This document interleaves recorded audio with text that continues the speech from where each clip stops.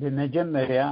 نخلهم حزوز سلامتا بسم هاجراو شماغلن بسم ازوم كلت بصوتي منجست تخلن تدروس هسبرومن يغرب لومين ازتيلوار استي كلنا خمن فلطو بسنكي COVID-19 وكورونا فيروس تبع لبدا أبقى عالمنا حبي حسيا أريدو كنزرلوي بزيد ما منجست أمريكا كيرس أكت تبع لحقاوتيو ذي بقطان بتزاورن نقطبات هاجر المدقاف تبع يستحققي كنزر عربينا هز مسرتكا كيرس أكت ويكا كورونا فيروس ايد ريليف ان ايكونوميك سيكيورتي أكت دي ورح سلسة 3 زوت حقي مسرت نحنا وجن أتنا وجنان إرتاوي مالتي انتاي تغمي كنركب نخل نزبل حتو أبزن سعبا نتبتات كنزتينا قداما ينزتيلو بزعبات غوت إيروم سرحو ويكا W2 زتلت ويكا employees زبلوهم كون كله يتخالأي ناقزا رسوم سراح سرحو ويكا self-employed بهالو اتسال ساينت بخا small business ويتكالات زونونو قوم اون contractors يو إذا خوين بأربغتا استماغاشنا عن جمرينا مجمريا تدروس كما توخو خوننا تدروس انتاي ايو كيرس اكت ويكا ذي كورونا فيروس ايد ريليف اند ايكونوميك سيكيورتي اكت تبالي انتاي بحسر زبلن اتيتو هيبو زولو كنزب بخمي تمقاريحو خمزولون مئتو خوننا احتراب بالكاف قلسلنامو كنديزا اكل جنزب مخانو بدحريو نافتو تاتنا هناتو منقسنا بحر يعني الإبراهيم كانت كلنا نفلتو بسنكي لبدا كورونا فيروس WHO بمارش 11 نزي لبدا بانديميك لبدا يلو كابز زوسن ب15 مجتمعاتي وشتا 15 مجتمعاتي كيرس اكت يو وزيو بريزيدنت ترامب نزي مارش 27 كفرمو كله دارجا 3 تريليون باكيج تخول بسنكي زي نزمت ايكونومياوي صغطي دقاف تبعيلو نسدرابيتات نبيزنسات نعبيتي بيزنسات نهوسبيتالات زمدب بجت يو مالتي دي كيرفات بتاريخ امريكا زعابيه كون كله تي قدميو اغاطيمو زنبره ناي كتشعن تشعت ناي ريكفري اكت زبال دارغا كنت اسفي لعليو زخوني مالتيو اتي 780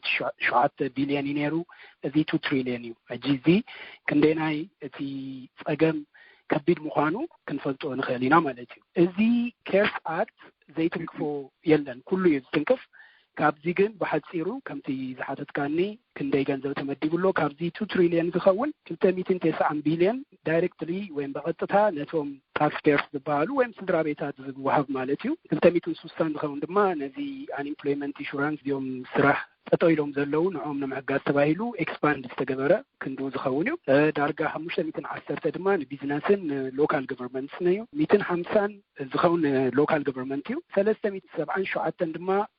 ስሞል ቢዝነስስ ከም ሎንን ግራንትን ዝተባህለዩ 127 ድማ ንሆስፒታላት ነዚ ቬንቲሌተርን ካለ ኢኩፕመንትታት ክገዝሉ ዝተመደበዩ ማለት እዩ በሐሲሩ ዝመስል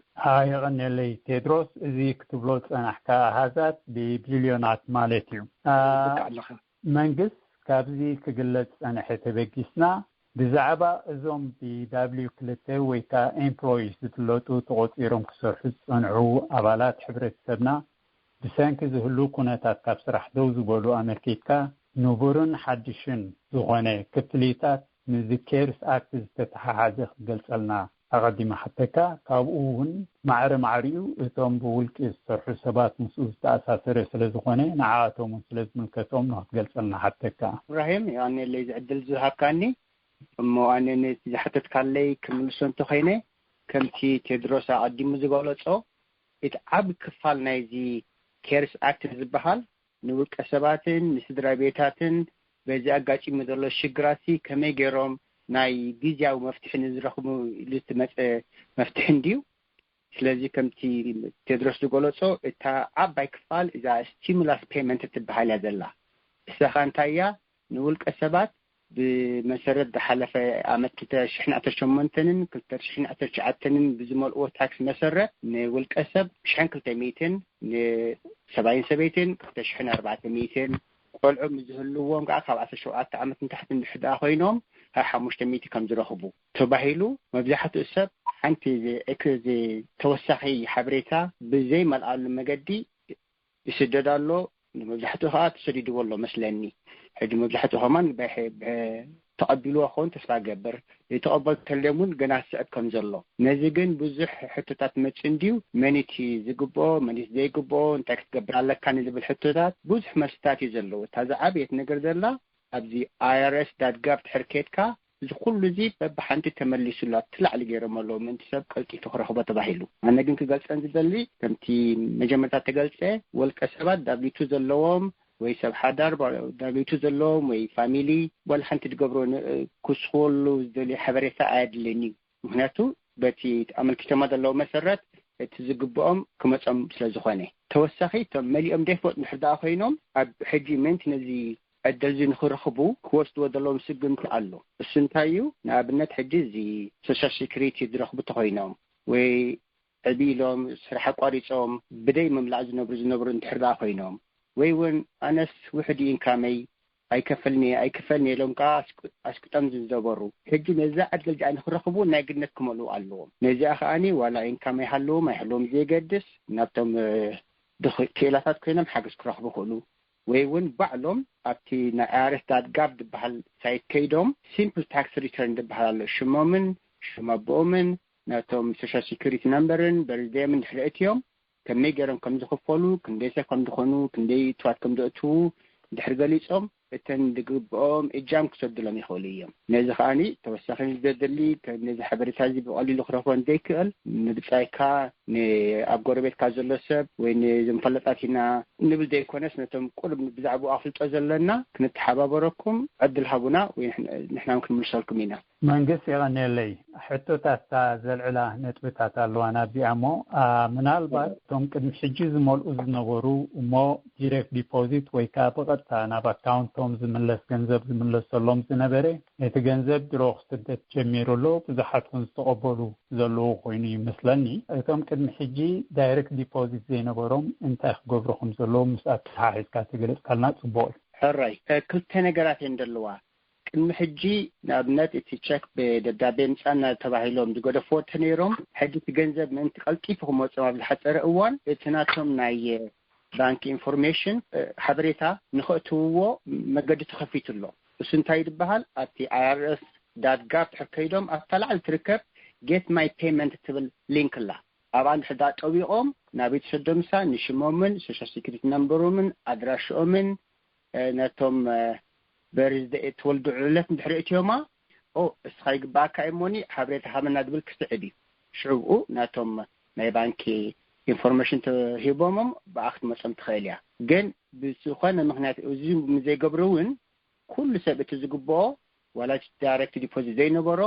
ብቸክ ክስደዶ ይኽእል እዩ ኮይኑ ግን ብቸክ ዝስደድ ብዙሕ ግዜ ከም ዝወስድ እዮም ዝነግሩና ዘለዉ ስለዚ ንሕዳቲ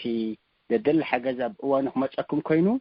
እታ ትግባኣኩም ኣማልኡ ኣብቲ ሳይት ከይድኩም ሓበሬታ ከመእትዉ ሕራይ ፔድሮስ ናበኻ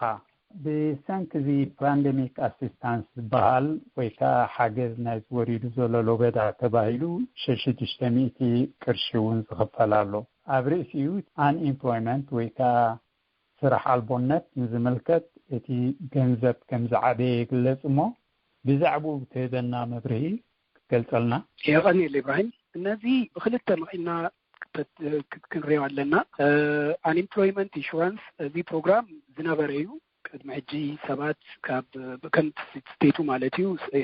ኩሎም ስቴታት ነናተን ሕጊ ኣለወን ነዚ ፕሮግራም ረን ዝገብሮ ስቴት ስለዝኾነ ማንም ሰብ ተቆፂሩ ዝሰርሕ ካብ ስርሑ ብሰንኪ እሱ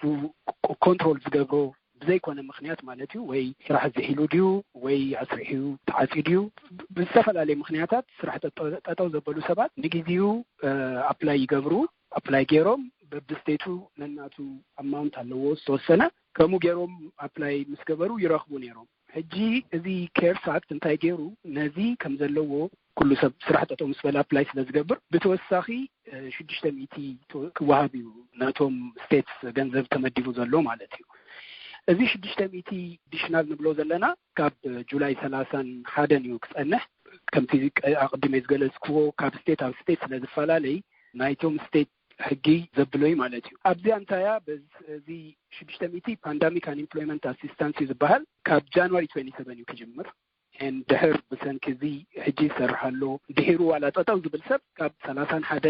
ዲሴምበር እዚ ፕሮግራም አክቲቭ ማለት እዩ እዚ 600 ብኻልእ ወገን ድማ ቅድሚ ሕጂ አንኤምፕሎይመንት ዘይመልኡ ተፈላለዩ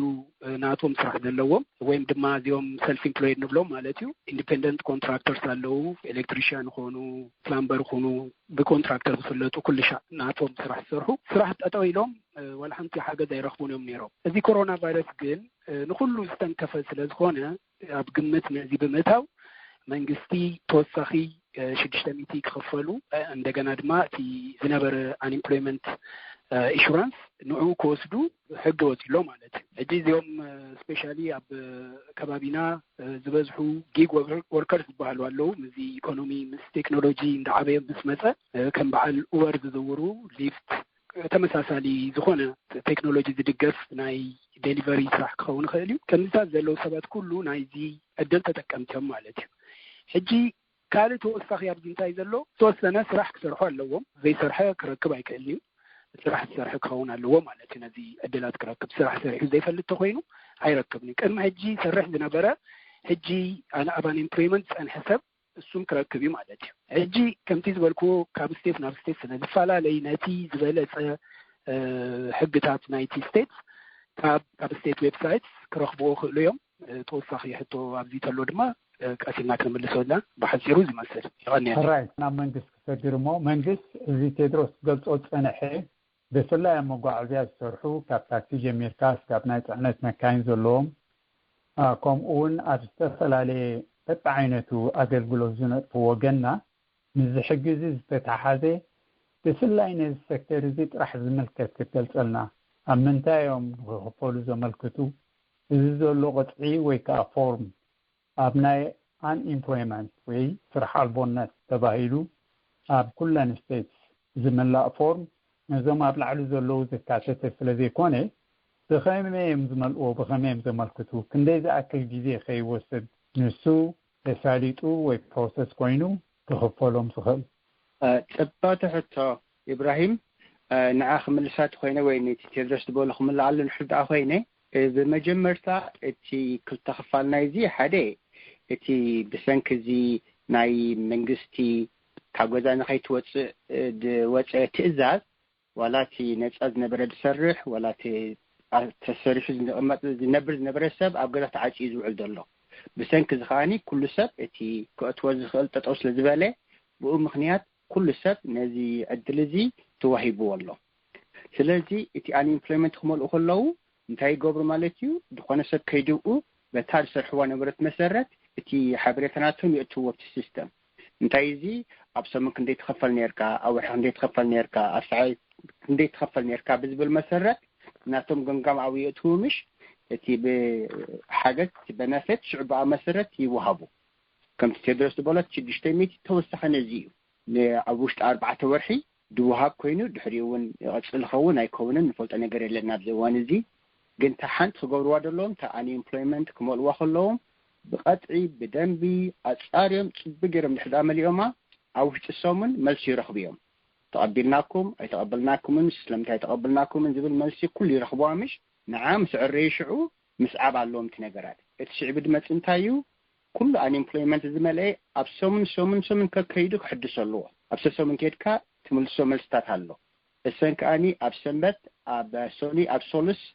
እቲን ዝፍቃዳ ኮይነን ታሰንበት ታዝሓሸት እያ ተደኮነት ሶኒ ሶሉስ ቀትሪ ሓንሳ ቢዚ ኾን ምሽ ይዓግተካ እቲ ሲስተም ዳውን ይኸውን ስለዚ ብዝተኻለ መጠን ሰንበት ምሸት እታ ዝሓሸት ኮይና ሪኸበ ያለኻ ኣለ ካልኣይ እንታይ እዩ ናይ ሰሙን መመላእታ ወይ ሓድሽ ሓበሬታ ከተብ እንድሕዳ ኮንካ ብዙሕ ትውስኾ ነገር የለን ስራሕ ደረኺብካ ክትከፈል ዘጀሚርካ ድብል ሕቶታት ይኽመፃካ ንዕም በደንብ ተመሊስካየን እቲ ሓንሳ ክቡኻ ጀመሩ ይቐፅል ስለዚ ኣነ ንሕብረተሰብና ክሕብሩ ዝደሊ እተን ዝግባኣኹም ቅጥዕታት ኩለን ኣማልእወን በብመዓልተን ኣብቲ ዝግበአን እዋናት ከይቋረፅኩም ሰዓብዎን ኢኹም ሓገዝ ምዘድል ነዚታት ከዓኒ ኩሉ ዳርጋ ኩሉ ለቲ ሓበሬታታት ሕጂ ስለዚህ ንዑ ተጠቀሙሉ ክብለ ዝደሊ ምናልባት አጥቢቀ አብራህ ኳንቴ ከውን ከለሰባት ቴክስት ገሮም ኡበር ሰርሑ ሊፍት ሰርሑ ከም አቶም ዘአመሰሉ ሰባት ይመልከቶም ይዝብሉ ለውሞ ንዑኦም ንዝመልከት ክትገልጸልና ማዕረ አኻ ክንደይ ዝአክል ጊዜ ከይወስዱ ኾን ንዑ ምስተመልአ ፕሮሰስ ኮይኑ የተሳሊጡ ክፈለሎም ትኽእል ጊዜ እስከንደይ ወስዱ ኾን እዞም ኡበር ድራይቨርስ ታክሲ ድራይቨርስ ዶርዳሽ መብዛሕት እዚ ሰልፍ ኢምፕሎይድ ድሕሰብ ወላ ካልኦትን ቤቢሲተር ዝሰርሓዋትና ኣለዋ ወይ ብውልቀ ናይ ቤተሰብ ሓገዝቲ ኣለዋ ኩሎም ዚኦም ሰልፍ ኢምፕሎይድ ኮይኖም ኩሎም ኳሊፋይድ እዮም ምክንያቱ ተሕግንታ ትብል ብሰንኪ ዝለበዳ እዚ ክሰርሕ ዘይከኣለ ወይ ታናትካ ስቴት ከኣኒ ኢመርጀንሲ ኣውጀን ድሕርዳ ኮይናስ ኳሊፋይድ ትኸውን ኢኻ ዝብል ከም ዝሪኦ ዘለና ከኣኒ ብሙላ ኦልሞስት ዓለም ምልእታ ተኣጂዘ ንገዛኻ ንኸይትወፅእ ተደወፅኻ እንታይ ትገብር ሓገዝኻ ትፅበ ክሰርሕ እንድሕር ደይክኢልካ ሓገዝኻ ትፅበ ስለዚ እዚኣቶም ሲ ሙሉእ ብሙሉእ ኳሊፋይድ እዮም እቲ ግዜ ድሓተትካኒ I think ቁርብቲ ናይ ሰልፍ ኢምፕሎይድ ምፅራይ ቁርብ ግዜ ዝያዳ ወሲድ እዩ እቶም W2 ድወስ ነበሩ ብቐሊሉ ክንደይ ትወስድ ነርካ ድሕሪሎሞም ሲ ብተን ድሓለፋ ከተሰሰሰሙን ወይ ከተሰወርሒ ናቶም እትዋተር እዩ መኒ ብቐሊሉ ቲ ናቶም ተጻሪው መልሲ ይመጽም ኣሎ ነቶም ሰልፍ ኢምፕሎይድ ናድብሉ ከም በዓል ታክሲ ድራይቨርስ ኡበር ድራይቨርስ ግን ዝያዳ ግዜ ድወስደሉ ምክንያት ንዕኑ ምፅራይ ተባሂሉ እዩ ግን ከም ሰቦም ክረኽቡ ከም ዝኽእሉን እቲ ሓበሬታ ብደንብ ድሕርዳ ማሊኦም ኮይኖም ኩሉ መልሲ ከም ዝረኽቡን ርግፀኛ እየ ሶሪ ኣረታ በስታ ትግበርስን ምግባርያ ብዓቕምኻ ብእዋኑ ቀልጢፍካ ምግባርያ እዚ ከምቲ መጀመርታ ተገልጸ እቲ ፋውንድስን ባዕሉ እንዳነቐፀ ይኸይድ ኣሎ እንዳተወድአ ይኸይድ ሕጂ ተወዲኡ ምክንያቱ ሲ መዓት ሰብ ኣፕላይ ዝገብር ዘሎ ብዙሕ ሰብ ተተንኪፉ ዘሎ ብዙሕ መዳያት ናይ ዝዓዲ ተተንኪፉ ዘሎ ስለዚኒ ነቲ ነገር ንክትጥቀሙ ትሕኮንካ ቀልጢፍካ ትመልእ ቀልጢፍካ እቲ በነፍት ትረኽቦ እቲ ሓገዝ ትረኽቦ ስለዚ ምቅድዳም ጥራይ ዘድሊ ፊርም ኣባ እዚ ስሞል ቢዝነስ ወይ ከዓ ንኣሽቱ ትካላት ዝበሃላ ናብኡ ክንኣቱ ኢና ሞ ንኣሽቱ ትካል ክንብል ከለና ክንደይ ዝኣኽሉ ሰራሕተኛታት ዝሓዘት ማለት እዩ በዚ ኬርስ ኣክት መሰረት ንኣሽቱ ቢዝነስ ዝኾነ ስራሕ ካብ 500 ታሕቲ ሰራሕተኛ ዘለዎም ንኣሽቱ ቢዝነስ እዮም ዝበሃሉ ካብ ባዶ ተበጊሱ ስጋብ 500 ባዶ እንታይ ማለት እዩ ሓደ ሰብ ነፍሲ ኺኢሉ ነፍሲ ጥራይ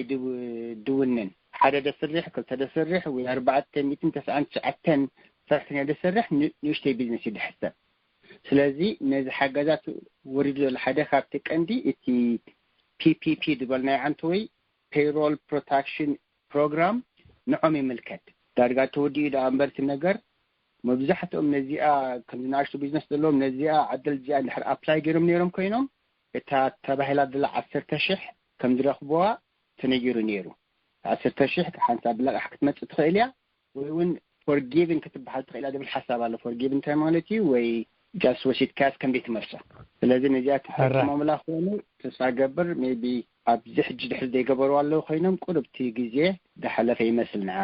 ዕድል ፊርም ቴድሮስ ምናልባት ኣጸቢዕካ ተብራሃልና እዚ ዝተባህለ ገንዘብ ክኽፈል ኣለዎ ድዩ እንድሕር ኣለዎ ኮይኑ ስለምንታይ ክኽፈል ዘለዎ እንተደኣ ዝመሓሩ ኮይኖም ስለምንታይ እዮም ዝመሓሩ ስጋዕ ሕጂ ክንደይ ዝኣኽሉ ሰባት ካብኡ ተጠቒሞም ኣለዉ ግምታት እንተደኣ ሃልዩካ ኮይኑ ክትበና እሞ ብፍላይ ነዜናትና ኣካል ንዝመልከት ኢና ንዛረብ ዘለና ነዜናትና ኣካል ዝሳተፈሉ ብዙሕ ግዜ ስራሓት ኣብ ኣገልግሎት ተመርኮሰ ካብ ምግቢ ምቕራብ ከምኡታት ዝኣመሰለ ስራሓትን ስለ ዝኾነ ናብኡ ፎከስ ጌርና ንዛረብ ንዓኻ የቐኒለ ኢብራሂም መጀመርታ ንእሽተይ ክምላእ ኣላ ብታ አንኤምፕሎይመንት ቤነፊትስ ኤንድ እዚ ዝተፈላለየ ጊግ ወርከርስ ዝበሃሉ ኡበር ገለ ዝዝውሩ ቀዳማይ እቲ ስቴት ከምቲ ዝበልክዎ እዚ ስቴት እዩ ናይ ስቴት ፕሮግራም እዩ ካብ ስቴት ናብ ስቴትፈላለየ ዋላ ይኽበር 26 እቲ ኣቨሬጅ 26 ዊክስ እዩ እቲ ቤነፊት ሕጂ እዚ ሓድሽ ሕጊ ተወሳኺ 13 ሰሙን ሂብዎም ኣሎ ስለዚ 39 ሰሙን እዩ ዝኸውን ዘሎ ካልኣይ ሓደ ክንፈልጦ ዘለና እቲ ቁፅሪ ስራሕ ወፂኡ ዘሎ ቁፅሪ ብሰሙን ካብ እንዳወሰኸ ዝኸይድ ዘሎ እዚ ሕጊ ክወፅእ ከሎ ዳርጋ 3.3 ሚልዮን ሰብ ካብ ስራሕ ወፂኡ ነይሩ ሕጂ ሎሚ ክንሪኦ ከለና 23 ሚሊዮን ህዝቢ ካብ ስራሕ ወፂኡ ዘሎ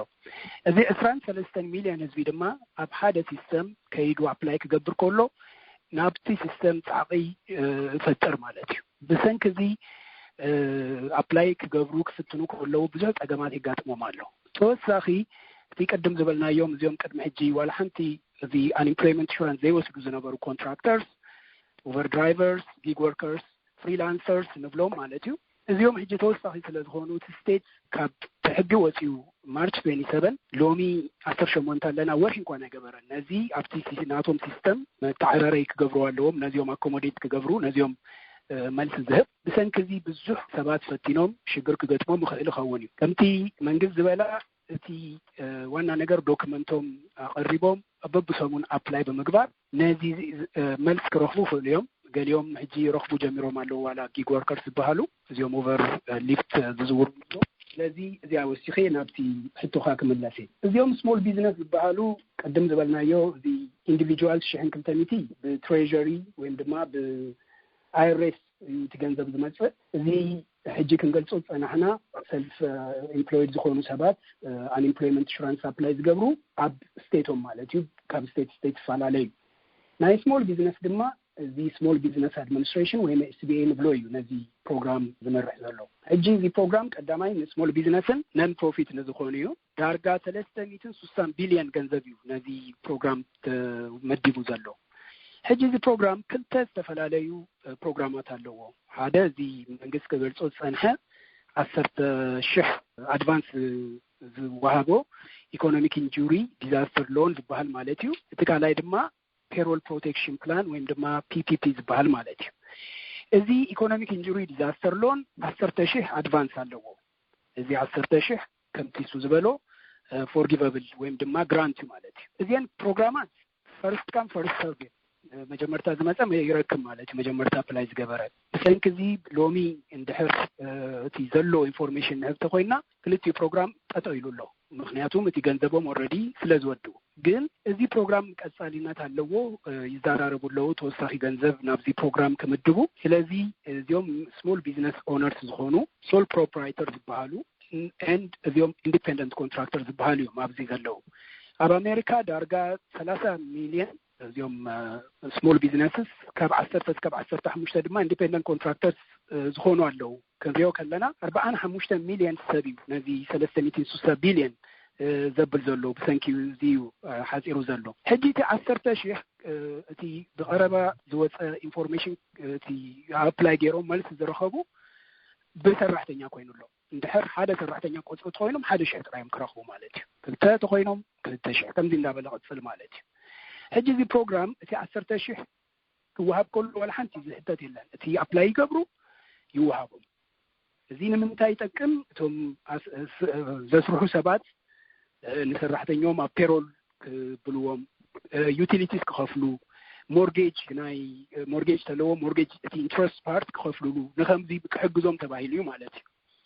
ሕጂ ናብቲ ፔሮል ፕሮቴክሽን ዝበሃል ድማ ክንሓልፍ ከለና እዚ ድማ ሰራሕተኛ ክቕፅሉ ሒዞም ክፀንሑ እዚ ፕሮግራም ንሸሞንተ ሰሙን ማለት እዩ እቲ ገንዘብ እኹል ዝኸውን ንሸሞንተ ሰሙን እዩ ኣብ ዓመት ሰርሕዎ ንሸሞንተ ሰሙን ተኻፊሉ ብ2.5 ምክንያቱም ተወሳኺ ናይ ሰራሕተኛ ወፃኢታት ኣሎ እንድሕር ሕክምና ዝህቡ ተኮይኖም ነዚ መሸፈኒ ተባሂሉ 2.5 ይራባሕ ማለት እዩ ክንዲዮም ክረኽቡ ማለት እዩ እዚ PPP ንብሎ ወይም ድማ ፔሮል ፕሮቴክሽን ፕሮግራም ዝበሃል ብቐጥታ ካብ ባንክታት እቶም ሰብ ውልቅ ሰብ ቢዝነስ ምስቲ ባንክ ናቶም ተዘራሪቦም አፕላይ ዝገብርዎ ፕሮግራም ማለት እዩ ከምዚ ዝበልክዎ ሕጂ ጠጠው ኢሉሎ ኣነ ዝህቦ ክስታይ እንታይ እዩ ተቐሪቦም ምጽናሕ እንድሕር ቢዝነስ ናቱ ጽቡቅ አካውንቲንግ ሲስተም ተለዎ እቲ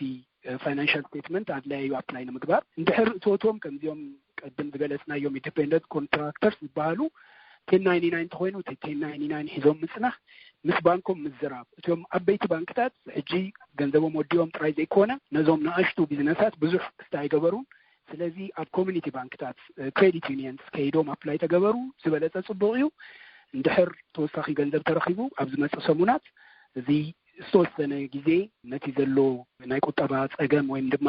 ፀቕጢ ኣብቶም ስሞል ቢዝነስ ዝበሃሉ ክሕግዞም ዝኽእል ፕሮግራም እዩ ማለት እዩ ብሓፂሩ ነዚ ይመስል كرم يعني اللي وسخبي لكن تدرس تعدا تدا خطل الودي زي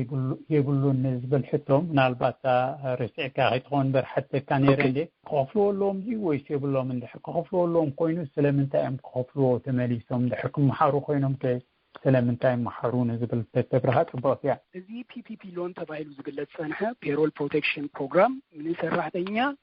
إذا كسأنهم كم تزبالكو كالة توسخ دما utilities نمورجيج قفلوا تبعيلو وسأجن زبي كابدي استاب 750 مئتاويت محارو خليا جي كم تزبالكو بانك غيرهم أبلاي قبرو بانك ناتهم لون ناب SBA يحلفو SBA كنتات ريو كريديت ريبورت ناتهم تشيك غيرو تيزل زقربو دوكمنتات أساريو جنزب كيبومي حجي مسابوهم نتي جنزب ما مملاسك مسخلو 750% زخوناتو كمحارو خليا نزي أسلونغاس نتي جنزب أبتي بيرول تدفعوا مالتي دحر أبوات فيهم chance تاتالو مالتي وناي خفل زي كلالو chance تاتالو مالتي خالة أزراربا مسارحتنياتاتهم تدعك إبومهم مسؤومهم مسارحتنياتاتهم تدعدو موزوم خفلون يروم كوينو من رقاقز ان دحر أغريبهم دارقا 750 كاميتي كابتيز تلقحوه كمحارو يخونو مالتي يعني حانتي كل سخاء أوه إبراهيم حانتي كل سخاء كالي لون كنوسد كلنا كبانك تاتخون بيزنس زي SBA ناي بيزنس لك يهبي كل شيء كباتهم كنوسد كلنا لون غارانتي ليناي قال لنا غير كانت حز علينا كولاترال زبال مالتي ابزي بروجرام جن ولا حانتي كولاترال يلن تز فيدرالي جرانت تخون اللوني بخمزيو كتكملوا زبالة أتمرات يخون عدلات اللو مليسكا كيتخفلو توسخي تي تمالو نجار تي ناتكا فاينانشال دوكمنتات مقرب تدي كوينو قالوا على حنتي اللي كانوا مالتي ازيو توسخي طعمينا زي بروجرام كيرم صبو اما ابرئ سيزيا من هالبات منقص وسخون تدا هاللي كهينو بزح بلين تينك تدرسون السخان بزح كافرجيركم عندهم كم تي تدرس دبورة دقاقي ما كدق ما دلدا تخينا اتي تقربوا جبت تحسني تدالي خلص انحكا تعقب ملسو خين الحرداء عاريب كايو نادي نقرزك تعوات على التخيل كم تادبالا نابنت نجا فرقين نخد قبر الحرداء حاجتهم كا تنشي تان تقربن اذن السرفحني خفي الكايدها اذن مورجج خفي الكايدها اذن انت خفي الكايدها الجبل بعل الحرداء عاريخا 750% رايدي كونا سيقا 100 forgivable not شاسا سلازس مع خبر الدلي توسحي تاكلتهم حالهم من البات كبرهاي وزحات وجنا عدان زلوم مالت ابايتين زلوم مورجيج خفلو ثلاث زلوم كا ناي تكال قحوي بيزنس لون بحال وي بيرسونال لون والقاوي عدا زبحال وي كا ايكويتي لون تابا زلو نبرت ناي قوامي نبرت زوت لغح مالتي كم اون ستودنت لون ناي تمارو عدا زبلالو وزحت بانكاتات نناتن التحاعزان نناتن السرارح نقاط علون بتغلى لكن من البات نعقون يزوت يزول حقب متقام علو ديو من البات نخم حلالف ديفرك خون سخل كتحلالف سخلنا يتأكد حفلا ويمحرد سقبر انت دا هالي يخوينو كمين بخمينيو من كي تتكامي نزبل من البات كتبرولنا حديهم كم تزبل كايو جيزي بسنكز لبدا بزو حينت كتباوي محسيان ديو نريد لنا تي داي تو داي معنتاوي زنبرا نتفتات تقواريس أسل زلو اتوات سلازي اللي أبقزهم تعقيبهم زلو سابات كلهم بزو حينت كتباوي سأقام أقات ما مخاليو كم تنريد لنا زي شعن كنت ميتي زبالي بن حجي ماتي زلو كالي زي unemployment حجي وسبب كريو جميرو زلو سلازي بزو حينت أقامات كم زلو ترايو أبتي حقي أبتي كيرف أكت استوسنا نزيك زمثل كونتات علو إنفورميشن دوس أمالتي نزي حجي كم تيزبال كايو كريديت كارد دالو ناي ماكينة دالو كم يستازع مثلو استوسنا بروتكشن يهبيو زي كيرف أكت حجي نزي بيلد هاردشيب وين فوربيرانس زبال بروغراميو أوتوماتيكالي أبلاي مسجبركا مستيوم كريديت كارد تلقى مستيوم على كحتيناتك ناي ماكينة تخوينو مستوم ناي ماكينة ክትዛራረብ ክትከል ኣለካ ዳይሬክት አውቶማቲክ አይኮነን ብቀጥታ ጠጠው ዝብል አይኮነን እንደገና ዝመሓር አይኮነን ናይ ግድን ክኸፈል ኣለዎ ግን ሕጂ ብዘሎ ኩነታት ክኸፍሉ ስለዘይክእሉ እቶም ዝበዝሑ ክሬዲት ካርድ ኢሹ ዝገበሩን እንታይም ዝብሉ ዘለው ኢንፎርሜሽን ሃቡና ሪና አትሊስት እቲ ዕዳ ኢንተረስት ከይውስኽ ማለት እዩ ከም ዘለዎ ዝመሓላለፍ ንዝመጽእ ወርሒ ይኹን ንዝመጽእ ክልተ ወርሒ ኮንዲሽናል ማለት እዩ ከምዚ ኣሎ ኣብ ክሬዲት ካርድ ኣብ ማኪና ከምዚ ኣሎ ኣብ ሬንት ተኸርና ገዛ ኪራይ ተኻሪዮም ዝቕመጡ ሰባት ሱም ከምቲ ዝበልክዎ ሬንት ዝተፈላለዩ ዓይነት ሬንት ኣሎ እዚኦም ፌደራሊ ባክ ዝኾኑ ሃውሲንግ ተኾይኖም እስካብ 120 መዓልቲ ካብ ገዛ ኣይከፈሉን ኢሎም ከይውፅዎም ሕጊ ኣሎ ኣብቲ ሕጊ ኣሎ ካልእ ሬንት እቶም ላንድሎርድ ናትና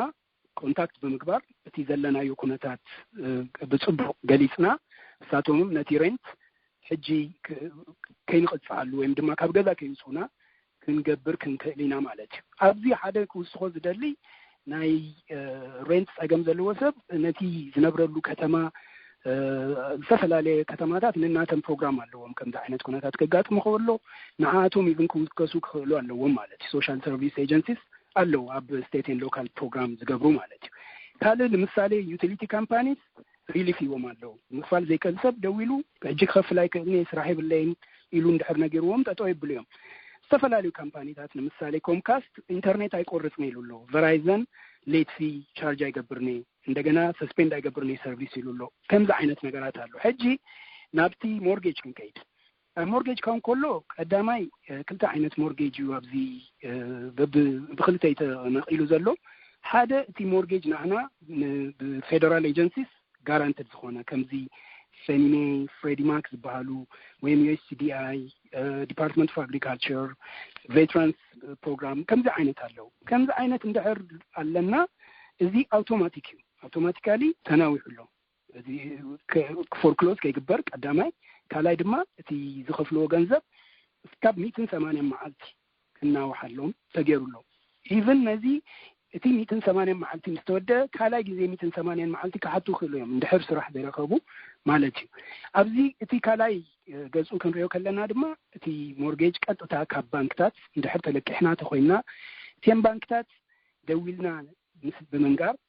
እቲ ሞርጌጅ ንቀሲሉ ክንቀሲልና ክንከፍሎ ማለት ስራሕ ምስ ጀመርና ይኹን ወይም ድማ ሳቶም ብዝህቡና ግዜ ን9 መዓልቲ ክኸውን ይኽእል እዩ ከምኡ ክንገብር ንኽእል ኢና ኣትሊስት እንታይ ንገብር ኣለና ሌት ፊ ኣይንኸፍልን ኢና ካልኣይ ክሬዲት ሪፖርት ኣይገብሩልናን እዮም ብግዚኡ ከፊል ኢሎም ሳልሳይ ፎርክሎዝድ ኣይንኸውንን ኢና ሕጂ እዚዩ እቲ ኣድቫንቴጅ ሕጂ ብዘሎ ኩነታት ኢና ንዛረብ ዘለና ናይ ስራሕ ኩነታት እንድሕር ተቐይሩ ንሱ ቅየር ማለት እዩ ሕጊ ኣብ መጨረሽታ ናብ ስቱደንት ሎን ክንከይድ ከለና ከም ሞርጌጅ ናይ ስቱደንት ሎን ድማ ፌደራሊ ባክ ዝኾኑ ብፌደራል መንግስቲ ባክ ዝኾኑ ስቱደንት ሎንስ አለው ሕጂ እዚኦም ስቱደንት ሎንስ US ዲፓርትመንት ኦፍ ኤጁኬሽን ዝብሎ ፕሮግራም ረን ዝገብሮ ንሽድሽተ ወርሒ ወይም ድማ እስካብ ሴፕቴምበር 30 ኢንተረስት ከይከፍሉ እንደገና ድማ እቲ ፔይመንት ኢቭን ሰስፔንድ ከግበር ከይከፈል ማለት እዩ ተወሲኑሎ ሕጂ እዚ ኢቭን ከፊሎም ተኾይኖም ካብ ማርች 13 ጀሚሮ ኦልሬዲ ከፊሎም ተኾይኖም ማለት እዩ ኢቭን ንዑ ሪፈንድ ካሓቱ ክእልዮም እዚ ናይ ፌደራሊ ማለት እዩ ድሕር ፕራይቬት ሎን ኣለና ፕራይቬት ናይ ስቱደንት ሎን ፕራይቬት ካምፓኒታት ወይም ድማ ባንክታት ተኾይኖም ግን ብቀጥታ ንስቲዮም ሎን ዝሃቡና ቴሌፎን ደዊልና ዘለናዮ ኩነታት ብምንግላጽ ዝተወሰነ ካብቲ ቁጠባዊ ፀገም ዘጋጠመና ክንገላገል ንኽእል ኢና ማለት እዩ ሓፂሩ ነዚ መስል ቴንክ ዩ ግርም ትምላሉ ለካዲው ብዙሕ ካድምላሉ ብለይን ግን ሕፅር ኣቢለካ ፀዘሊ እቲ ካብቲ ኣተዓላልያናት ካዩ ኣብዚ እዋን እዚ ኩሉ ሰብ ተሸግሪ ይደሎ ገሊኡ ኣብ ገዛ ኮይኑ ዝሰርሕ ኣለኹም ቀደሙ እቲ ናቱ እትዋትን ቤተቋረፅ ሰብ ኣሎ ሰብ እዚ ሕጂ ኣነ ክራይ ክኸፍል ኣይክእልኒ ወይ ሞርጌጅ ክኸፍል ኣይክእልኒ ወይ ስቱደንት ሎን ክኸፍል ኣይክእልኒ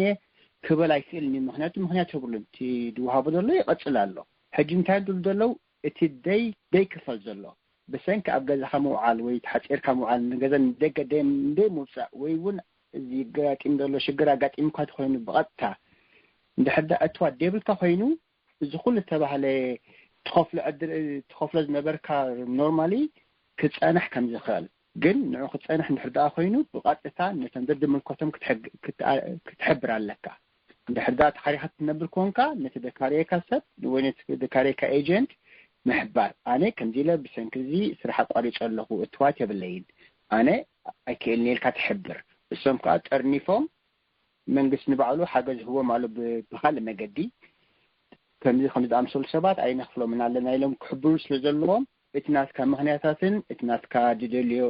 ዘለካ ኩነታትን ክፈልጡ ኣለዎም the same ምስ ናይ ሞርጌጅ the same ምስ ናይ ስቱደንት ሎን the same ምስ ናይ ካር ፔመንት ናይ ክሬዲት ካርድ እውን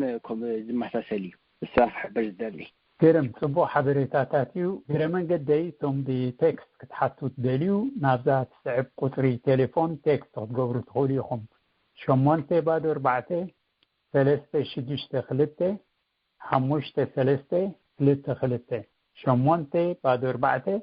362 532 ዕቶታትና ዳርጋ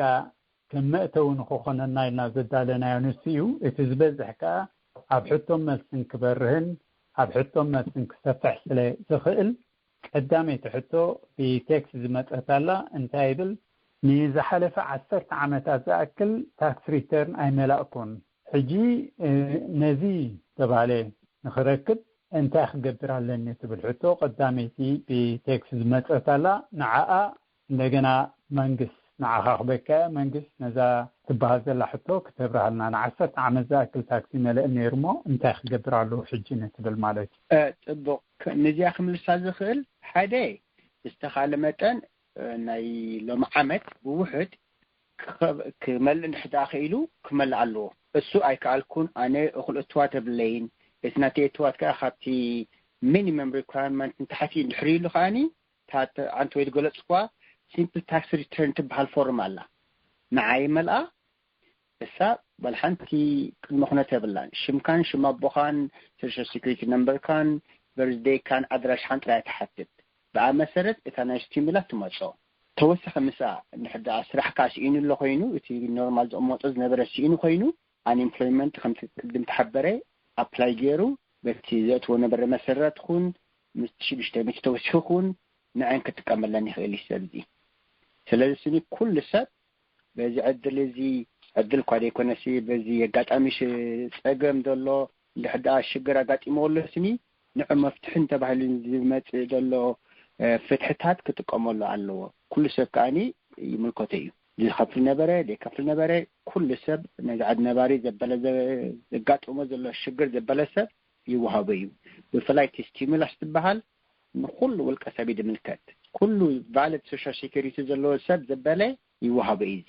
ቆልዓ ይኹን ዓብ ይኹን እንድሕር ዓብ ንበይኑ መሊኡ 1200 መጽኦ እንድሕር ዳቆል ኣለዎም ኮይኖም ካብ 6 ተሓቲ ናይ ቆልዓ 500 ይመጽኦም እቲ ሊሚት ኣሎ ንኣብነት ሓደ ቤተሰብ ካብ 150,000 ንላዕሊ እንድሕር ገይሮም እቲ ድወሃቦም ሓገዝ ፈይዝ እንዳንቆልቆለ ይድኸይድ ግን ጠጠዋ ይብልን እዩ ስጋ 199 እንድሕር ገይሮም ብኡ መሰረት ተጓዲሉ ይመጽኦም ካለት ረፍሲ እንድሕር ቆልዑ ኣለዎም ኮይኖም ነቶም ቆልዑቶም 500 ይመጽኦም ስለዚ ነዚ ዕድል ስለ ዘለዎም ኩሉ ሰብ ጥራይ ክምዝገባ ኣለዎ ጥራይ ከማልኦ ዝግብኦ ቀጥዕታት ኩሉ ሰብ ከማልእ ኣለዎ እምበር ኩሉ ሰብ ካብዚ ተጠቃማይ እዩ ስለዚ ሰንከዛ ኣጋጢሙ ዘሎ ዝሽገር ዘበለ ሰብ መፍትሕ ዳርጋ ይግበረሉ ኣሎ ክብል ዝደሊ ያውን ያለይ ቴድሮስ 7 ዓመት ንላዕሊ ዝኾኑ ግን እዚ ዝመጽእ ሓገዛት ኣይመጽኦምን ዝበልካ ኮይኑ ትሰምዕንሞ ንዓ ጽቡቕ ኣቢልካ ትብራሃልና እዚ ኢኮኖሚክ ኢምፓክት ወይ ብልምዲ ስቲሙለስ ንብሎ 1200 ንውልቀ ሰብ ንበዓል ሓዳር 2400 ንቆልዑት 500 ዝበሎ ሕጂ መንግስት ካብ ዕድሜኦም 17 ዓመት ዝኾኖም ሰባት እዩ ዝኽፈል ሕጂ እዚ ማለት እዚ እንታዩ ቶም ቤተሰብ ታክስ ክመሉ ከለዉ ነዚኦም እንድሕር ዲፔንደንት ገይሮም መሊኦሞም 500 ይረኽቡ ማለት እዩ ልዕሊኡ ዕድመ ዘለዎም ሰባት ክልተ ታክስ ክመሉ ከለዉ ክልተ ነገር ኣሎ ብዙሕ ኢንካም ተደይብሎም ምስ ቤተሰቦም እንድሕር መሊኦም 500 ተወሳኺ ናይ ዲፔንደንት ገንዘብ ስለ ዝረኽቡ ዝበዝሕ ሰብ ከምኡ ዝገብር መስለኒ ካብኡ حليفكا ግን ኣብ ኮሌጅ ኣብ ገለ ዝኸዱ ኮይኖም ዝበዝሑ ስለዝሰርሑ እንድሕር ታክስ መልዮም ሳቶም ክረኽብዮም ዕድሜዮም ብዘይገድስ ኣብዚ ዘይረኽቡ ሰባት ኣብዚ እዚ ሕጊ ኤክስክሉድ ዝገበሮም ሰባት ኣለው ከምቲ ዝበልናዮ ዕድሜዮም 17 ኮይኑ ዲፔንደንት ናይ ካልእ ሰብ ኮይኖም ሓደ ካልኣይ እዚኦም ዕድሜዮም ደፊኦም ኣቦታትና ኣዴታትና ብዓዲ እንድሕር ኣለው ንሕና ዲፔንደንት ኢና ንመሎም ኮይና ሳቶም ወላ ሓንቲ ይረኽቡን እዮም ማለት እዩ ካብ 17 እስካብ ዘሎ ዕድመ ማለት እዩ ሕጂ ኣብዚ ሓንቲ ዲቫይስ ቀደም ተሕቶ መጀመርታ ከምቲ መንግስት ዝበሎ ናይ 2019 ታክስ እንድሕር መሊኦም እቲ ገንዘብ ክድንጉ ይኽእል እዩ ኦልሬዲ እቲ መደብ ተጀሚሩ ስለ ዘሎ ምምላእ ኣገዳሲ ይኸውን ማለት እዩ ካልኦት ኢንካም ኣልይዎም እቶት ኣልይዎም ምስ ቤተሰቦም ምሳሌ ዝሰሓተ ዝግደድ ሓደ ሰብ ፋይል ክገብር 12,200 እዩ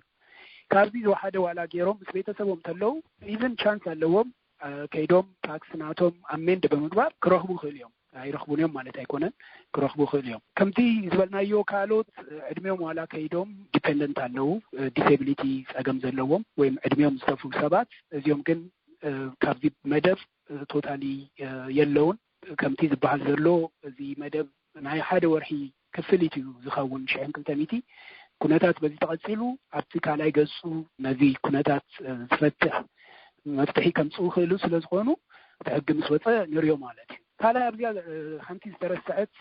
ክትግለጽ ዝነበረ ነገር እንታይ እዩ ሶሻል ሴኩሪቲ ዝረኽቡ ሰባት ኣለው እዚኦም ዋላ ሓንቲ ከምቲኦም ታክስ ዋላ ይምልኡ ሶሻል ሴኩሪቲ ዝረኽቡ ሰባት ኣውቶማቲካሊ በቲ ቅድሚ ሕጂ ዝረኽብዎ መንገዲ ድሕር ቼክ ዝሰደዶም ተኮይኑ ብቼክ ድሕር ዳይሬክት ዲፖዚት ተኮይኖም ብዳይሬክት ዲፖዚት እቲ ዝተባሃለ ኢኮኖሚክ ኢምፓክት ፔይመንት ወይም እዚ ስቲሙለስ ቼክ ንብሎ ክመፅኦም ማለት እዩ እዚኣ ተወሳኺ ዘላትኒ ግርም ይቐኒልና ናብ ሕቶም መልስን ክንኣቱ ላይን ክንከፍት ኢና እዚ ክግለጽ ፀንሐ ከም መእተዊ ኮይኑ ሕቶም መልስን ኣፀቢቑ ንክሰብስዕን ንክግለጽን ክንፍትን ኢና እሞ ናብ ውፆተይ እሞ ሕቶን መልስን ጀሚርና ኣለና እቶም ሕቶ ክትሓቱ ትደልዩ ስታር 6 ጻይትኩም ኣብ ላይን ክትኣትዉ ትኽእሉ ኢኹም ስታር 6 ብድሕሪኡ ከዓ 1 ጻይትኩም ስታር 61 ያትኩም ዘላ ማለት እዩ ላይን ምስ ገበርኩም ንሕና ከዓ ፒክ ክንገብረኩም ኢና ንክትሓቱ እሞ ክጅምር ሰባት ፒክ ክገብር ሃሎ go ahead ቀጽል ሕቶኻ ምሳይ በዓልቲ ቤተይ ግን ቃል ኪዳን ኣይገበርናን like she's my fiance ሰለስተ ቆልዑ ኣለውና ግን ኣብ ዝሓለፈ ዓመት like ሰለስተ ወርሒ ሰሪሓ like temp service ንሳ ሕጂ ክሌም ክትገብር ትኽእል እያ unemployment ወላ ኣይግባእን ሄሎ ያ ኣነ ብዳላስ ይቕመጥ ትራክ ኣላትኒ ዳውን ፔይመንት ደውፃኹ ቅድሚ ዓመት ሕጂ ኣይወዳእኹዋን ኣለኹ ክሳብ ሕጂ ኣብዚ ናይ ትራክ ሰዓት ዝኸዓ ኩሉ ነገር ተዓፅዩ ደሎ ስሎው ደሎ እዚ ናይ ትራክ ሶ እንታይ ክገብር ኣለኒ ማለት እዩ next معلقوا كما يقولكم كلكم على سلام بحال سوشال سيكوريتي دوسدو 7 سنين كما نقول لهم دوتي فورم ولا بعلو منجستي بسدلو كما ثانك يو مو بزي ان ثلاث هنجمر مو دحر ناتغالق نسجر مجمريا بمنجس كجمريا منجس ميكيل زحته تحطو قال كيدانا جبرنان امس فعلت بيتي بحنسان نبر مالت كم حصيتي ثلاثه وحزه اكل سريحني ربح دغيزي ادغيزي زي كتحطت تخلونكم اني نخفلا ناي ان امبلويمنت بالعتي يقريبو نعان ملسمو ناتغالق نسجر حرا ابراهيم يعني لي نزي اخمل سانت خوينه كمتي قدمت تغلصه كل نسيتاتنا ناتن حق لون يعني امبلويمنت نخفتا اني نتي unemployment حقتاس من ملكوتو ملاي ملكوتون ناتن حقتات علون اندي انا بناي فيرجينيا بزياره زفولتو انتي دبليوس ناي فيرجينيا نزي unemployment سب دحداك ملء كوينو بوحد كاب جون up to 20 جون مانتس جون 28 سقابزا فبراير 15 دسرح النبره يكواليفاي يخون ازي ጭብጥ ሰረح ነር ተባሂሉ ግን በሰንክ ዚያው ወሪድ ዘሎ ሽግር ስሩሕ ስለተቋረጸ እቲ አምፕሊመንት ኳሊፋይድ ሆነ ያትብል حجي كم دريادة لخو زي كم مشيغان ده حتى تحاونا سبيتو ويبتيتو درجة سو حترش للسرحة من البعد كتفتن تخيليا كم دي مثلا نجن تمشي هبوا بس خصني بقول أخل وانا في سرح كني لهم ملش خبوا خاليهم سانسلك الله كوينجن تي ستيمولاس نعايخون ندقة يملكات عيك تركت تخيليا إذا أني إمبلمنت جنن ناتم حق لهم دخلهم ستيتات بفرجينيا تخينو كم درداني أي كواليفايد خون أي مثلا المهنات وانا التي بوحد شيء كندير بالشمان توح عينتي فرح دنيا كترة حاجة أني إمبلويد كتب هالتخيل انبرنا بنتحجته مهارو لو سامر جميرهم وي بكريسماس جميرهم حج استقوارته أبكين حدا جيرهم أي كرخبونيهم مهناتو فول تايم سرحتني تتعينو برون وأخل جدي أي سرحون كوميدي بالحقة تعالوا على فيرجينيا جن كلنا السياسات نناتن قطعتاتن نناتن كمال أودلون حقتاتن سلزلون مفتان عاد لا يخوين يسمعني دبل خمل سخات سمع تدرس من لا نقدر نحراله كمتي ما قد زبالو ناي قدامي تي حتى قلت تخينو بزعبا unemployment تخينو تي ناي سلسة ورحي مفتاني انتايو سسبند غيرهم مولوي مثلا نزي ريكوايرمنت شمون تورحي وي دما كابدي جميركا صراحه كايو زبال نجر حجي تطو ولا حدش صراح تجمر اسب كجبر خلي تحقي كمو يزبل اندحر زي حطو بزعبا تي ايكونوميك امباكت بيمنت وين دما دي ستيمولس تشيك زبال تخوينو سلسته قلت علوني زباله مسيلني تدي تجاجه سو مسدقو سو اندحر كليم تجبرهم تخوينو سو كركبيو سبيتو دما نبينا زي فورمال لو زملا ابو مليا تركب تخيلها اجي كنت حتى اندحر unemployment تخوينو depends on the state ثلاثه ورحي ثلاثه حتى بايلو خلا اي مثلني مخنياتهم سسبند غيرو مولو زي ريكوايرمنت تاع اجي بزعبا تشيك دما تخوينو سالبين ابلاي تجبر شحن كنت ميتي تركب وسو متدقو ثلاثه قلت تلوو شحن 5 ناتو شحن كنت ميتي كمصو خلي مالتي تدرس أبا خلخا حسكا خلخا حدا حونا كبدالاس زحاتتو عربون كفيلة مالت داون بيمنت مالتي قد ما حدا عمت ناي فعنا تراك مكينا جزي اني ريبل حجيجن سرحيلن انتاي تقبر في حاجز بلالومو انتاي تمكر صبو تي حتى مسمر تزهلو صبو نيرو قداماي انت عينت بيزنسيو كبتراك زور كله كنت عينت هالو قال يوم EIN number ناي فيدرال تاكس نمبر حيزوم صرحوا له قال يوم دما خليتي ان ملس عندنا وخلوان خليتي انكم ملس لنا صبو EIN number دحر له سب كنت نجر له حدا كنتي زبلنايو سمول بيزنس ادمنستريشن رنز قبرو مدبات ابو ابلاي كقبر خليو ابو ابلاي غيرو تي كابتي 10,000 حدا ناس نبل سوتر يسرحتنيا تخوينو كابتي ايديال زبال حدا شعرك مالتي كابتي بيرول زبال نفسه زخفلو تي تاكس ريتيرن زفحلو وين بما 1099 زرخبو حيزو مازيو لون كركب خيلو مالتي ازي انت يركب بزبني بزعباتي ربون كفيلو زلو لون جن كمتي قدم زبلنايو مستوم لون زعبو كونتاكت بمقبار هجي سرح تطويلو سلازلو نيجيو تي كفليت تطو كبلولو مسؤوم كزارارب كخيل አለው ሳቶም بحر فقيدو بلو تي لون انترست يكفللونيو زي كونتات كابز محايش كونتات مستمحايشه كنتي زلو مخفال كجمري مالتي كرم أبا خلخا تدرس كأتزعبا من لالنا أبا in the meantime أبزي أبتزلوجي ديجن unemployment ويكا سرح البونت مليو كتب كم زخل عن توي تزاربنا نيرنا مو من البات نعاون تتوسكات تغمقتون تخيله أبدا كلير زي كونت نجار لان تاي كم تزبل كوي EIN number تلوه he's a business person only كركب زخل تيا economic impact payment بال وين دما زي عشان كنت ميتين بلا وين stimulus نبلا بزو حساب السفلاليشن كذا تسوي دقاقة ما زلخو زي عشان كنت ميتين توهب كتتا كم تيناتو family كركب خيليو unemployment جن كمل زخيل أي مثلني زي جن apply جيرو مفتان ولا حنتي كستايبلهم because EIN سلا زخونة businessيو تقول شو يسرحنيو زيوم أوبر نبلوم gig workers نبلوم EIN number يبلوم تي companies يسرحهم زلوا ناتو هجيك زي truck companies هلو كمو زسرحو كم تخوينو كحتى تخليه تيس سرح برخبو كم أوبر عينة تالو ناي سمول بي ناي تراك دما كم عينة كمباني تالو كم سرح تخوينو unemployment apply كجبر خير بعدو زوننا أب ستيت وين دما بعيرس ريجستر دخونا بيزنس تخوينو جن بزعبات تراك مزوارو زملكت بقطتا ناي سمول بيزنس لون وين دما زي ناي سمول بيزنس جرانت بحال نوعي كذا خير بسترفه نزي لون يجيزيو كيكفلو المقبار دما كمتي يقدم يزبلكو مستوم ناي كريديت كامبانيز مستوم كزارار خلالو ارجع حنتي انتي كبلا زدلي كمتي يزبلكو كاب ستيت ناب ستيت لازم فالالي تي جنرال حقينا نزارب لنا 5 ستيت بلاس واشنطن دي سي توسخي علوها اذن كلنا الناس الحقي علوها حجي ابزا ناتو ستيت unemployment office توكيسو كحطم زبلت يوم يعني لي من البات أتبع أنا نغتبر مثلا EIN number مالت employee identification number مالتيو السبتي بو جيرون تدا tax ملء نيرو خوينو مونسو تي tax number ناتو EIN اندحر خوينو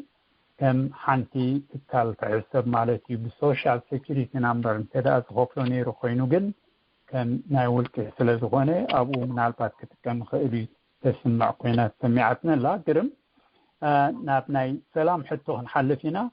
سلام سوشال سيكوريتي زوسد انت عينت فورم خملا الله عند حرد من لا الله خوينو دولا ابو خلوص ويدهم سدو امزد الحتى قريبان يرامو يمنقص ابها يعني لابراهيم مو سلام قبل دخل سوشال سيكوريتي درخبو ولا حنتي توسخ مال وزدله ነገር የለን فحنت غير وازلو دحد دايركت ديبوزيت مصمير خوينو باخسدلون اندت تشيك بددابه مصمتيرها بددابه امسدلون تستيملاس حجي اندحدا اذا بتشيك تخدمغنا قلتيفكم مصناينا ندلي دايركت ديبوزيت يلوم كاني نتعن قدم لا تطقست انت تلتاز نبرت ناب get my payment table at irs.gov site كيدوم أنا محجي سوشيال سيكوريتي بددابه مصنيرو حجيجن بأصبح مثلا استيمولاس من أنتي لهم تناي بيم ناي دايركت أكاونت ناتن بحرقتهما بخمو مثلا خال سلازة سنين تأخذ دلين سلام تمالو جدله قال حبرتها يلن بجاكاتا تميل تشيك مصوم ويبدأ بدي ويدايركت ديبوزيتي مغير أنت ديكوينا قال حبرتها من قصة أوريدي علوهم بأمسرت كاني كسد لهم يا إبراهيم أباكو استغلا حري واحد وسخلا اوكي انتايو مسلكات سوشال سيكوريتي بينيفيشريز كنبل كلنا اليوم طالالا ታክስ ዘይመሉይና ነዛረብ ዘለና ሶሻል ሴኩሪቲ እንዳረኸቡ ድማ ታክስ ዝመሉ ሰባት አለው ምክንያቱም እቶቶም ወይ ተወሳኺ ስራሕ የለውም ወይም ድማ ናቶም ሶሻል ሴኩሪቲ ካፕቲ ሚኒመም ትሬሽሆልድ ዝተሓተ ማለት ታክስ ክምላ ትግደደሉ ካብኡን ድሕር ዝበዝሕ ተኮይኑ ናይ ግድን ታክስ ዝመሉለው ቀጥታ ክመጾም ማለት እዩ በዚህና በቲ ሶሻል ሴኩሪቲ ክንብል ከለና ክልተ ዓይነት እዩ ቲ SSA 1099 ዲዮም ዝረኽቡ ወይም ድማ RB 1099 ዝበሃላሉ እዚኦም ዲሴቢሊቲ አለው ሶሻል ሴኩሪቲ ንግዚው ዝረኽቡ አለው ዝተወሰነ ጊዜ እንድሕር ናይ ጠና ጸገማት ገላጋጥሞ እሱታት ሁሉ አቡ ይዛአቱ ማለት እዩ ሕጂ እንታዩ በዳይሬክት ዲፖዚት ተኮይኑ ይመጽ ተደይመጽዩ ግን ከምቲ መንግስት ዝበላ ጌት ማይ ፔመንት ዝብላላ አባኬርና እንድሕር ብቼክ ተኮይና ቲ ክፍሊት ቅልጥፈልና መታን አባኬርና አፕላይ ክንገብርም ንኽእሊና በከምዚ ዝራይ ቴንክ ዩ كرم كتيل أزل حتى حادث ترى مثلث قلعت جن والقوانين وكان يجزار سرح ثلاث دقائق حيزو ينفهمه أتاو يوم أخذ ثلاثة كونه حاجز كان من قصي يحطوني رمبو خاين برو اليوم هذا حجز له تبايلو زلو ناشان كل $100 حاجز كرهبو يخلده انت بالحتى نبخا نبا منقص مسكة حرا إبراهيم أول يجبوا ميديوم عند حداب تاكسي ديمور نيرم كينهم مهناتو بحاجة تراي ينبرن حدا نيرم نبي تاكسي مملا عدلاي أي نبرن نخون نعوم حجيجن نزي عدل زي أنا خرخبو نزي ستيمولاس بيمنت عشان تخلتنا شنكتي ميتنا يتم عبيتي هموش ميتنا يتم قول متورخبو إتا تبهال دلا فورم كمالو اللهم أتا get my payment دبل كيدوم حانت فورمالا simple tax return تبل فورم كا أوش تتسنح إسا الحرام ماليهم بس بعمسرت إتي دقبهم كسدد مخالي بار حدا خان تايبلالو قاليهم هجد استسرح نياتات تباهيلهم تابسرح زي تبارور له قالنا خا تابسرح استباررنا له علنا نخفلت أزلي ثم سرحت أزي بلو essential ويجد استسرح نياتات تباهيلهم تعجبهم ذلو نساتهم كي اتقاموا ديهم رخبوا ديهم شعين كل التميتن فبالحتو تدرس نعخا اوكي كمتي قدمنا بجلسنا يو تي stimulus check economic impact payment بحال في شعين كل تميتي والكسب تشعين 400 من سدرا وكل تاكس لازم تشعين التشمونته تشعين التشعات تاكس لازم كله بدنيو كالعطا اوكي اتي شحن كنت ميتي وين دما لتدرا كنت شحن 400 70 سبيتي مالتي قولوا تلوم دما 5 ميتي بحال زلو كلهم تاكس يملو سبات يوم ناي قدن تاكس مملا ادلاي مالتي اجي قدم حجي ناي تاكس هيستوري الليوم ابدعمت زي كاب 15 شحن كنت ميتي نتاعت سلاجرخبو تاكس كملو ندح زيد اليوم كمتي منقص بلا ابتا نان فايلرز زبل ناي ريس لينك له ابا كيدوم كملو خليو تي اونلي ريكوايرمنت ادلاي ነገር እንታይ ታክስ ምን አጥራይ ነው ክትረከብ جي አውቶማቲክዩ ታክስ መለሰብ አውቶማቲካሊ ክፈል ቢቼክ ተቆይኑ ግን ነዚያ ድማ አብታ ጌት ማይ ፔመንት ትብል ናባይ ሬስ ሊንክ ከይዶም አባድማ እዚ ባንክ አካውንቶም ራውቲንግ ነምበሮም ድሕርሂቦም ወጣታ ናብ አካውንቶም ከመጾም ይተደይ ኮይኑ ግን ይድንጉይ ማለትዩ ይድንጉይ ክንብል ከለና እስከ ሜይ ጁን ክድንጉይ ይኸል ካለ ሪኳየርመንት ይብሉ ካለ ሕቶ እንታይ ብል አነ ዩበር ዝውር ካብ ወርሕ 3 ጀሚሩ ስጋ ሕጂ አይ ስራሕኩን ኒ ስራሕ አልቦነት ንኽመልእ ኢለ መሊኤ ንዑ ኔት ፎርም መስመላካ ወይ ነቲ ናይ ስራሕ አልቦነት ቅጽዒ መስመላካ 48 ሰዓታት ተጸበይ ዝብል ሕጂ ግን ልዕሊ 3 ሰዓታት ሓሊፉ ስጋ ሕጂ መልስ ይረኸኩን እሞ እንታይ ትብል تدرس من حتيره سوري حراي انا كم ترداني كل سمس ملاتي unemployment بس خبابينا دو مسرت رئيو ابولي وش 40 شو متن دايبولو مردبدا بيم تسدو بايميل ويقال يكون انت مسد مسكا حتى الدبدا كلت معات خطو 6 سمعات خطو 6 وي 40 مش دحداهم كمليكايا كلام السنبتنا يحسبني يعني من قصر حيكونن سوني سوليسن عدل كتبا مالكا سلازي سني سوسا معالت خندي مالتيو سلازي 4 معالتي سلازي ستيل كموش اي خيديو تدبدبت راي كريالو كتصبيالو تامسي تام مجمر تا بين نمبر خون قالو خندو بخا بقى مسارات انديا تام مجمر تاجي سدو الكدبدبت راي تتصبيا اخلو الدالي سلازي ينا تسبايت غريت مون تا تمت دبدبت تملكت كنبلو ينا مالتيو مو ناب برخت ملس ناب حتوتات اي تليفون هاي ابراهيم قدمي ناب زي تليفون حتوتات مخادنا انا جدا عدالاي دلدالاي كجبرا تدرس كتكس كلهاسي ناي كلتشحن 10 شمونتن ناي كلتشحن 10 شعبتن تاكس لخفلت بالنيركا بلعبات مسر وزارب كلها كلتشحن 10 شعبتن ناي كلتشحن 10 شعبتن تاكس جن كساع جولاي 15 تناوحي دلو حجزهم نزنا من واح كتقاموا وسينهم ناي كلتشحن 10 شعبتن دايملو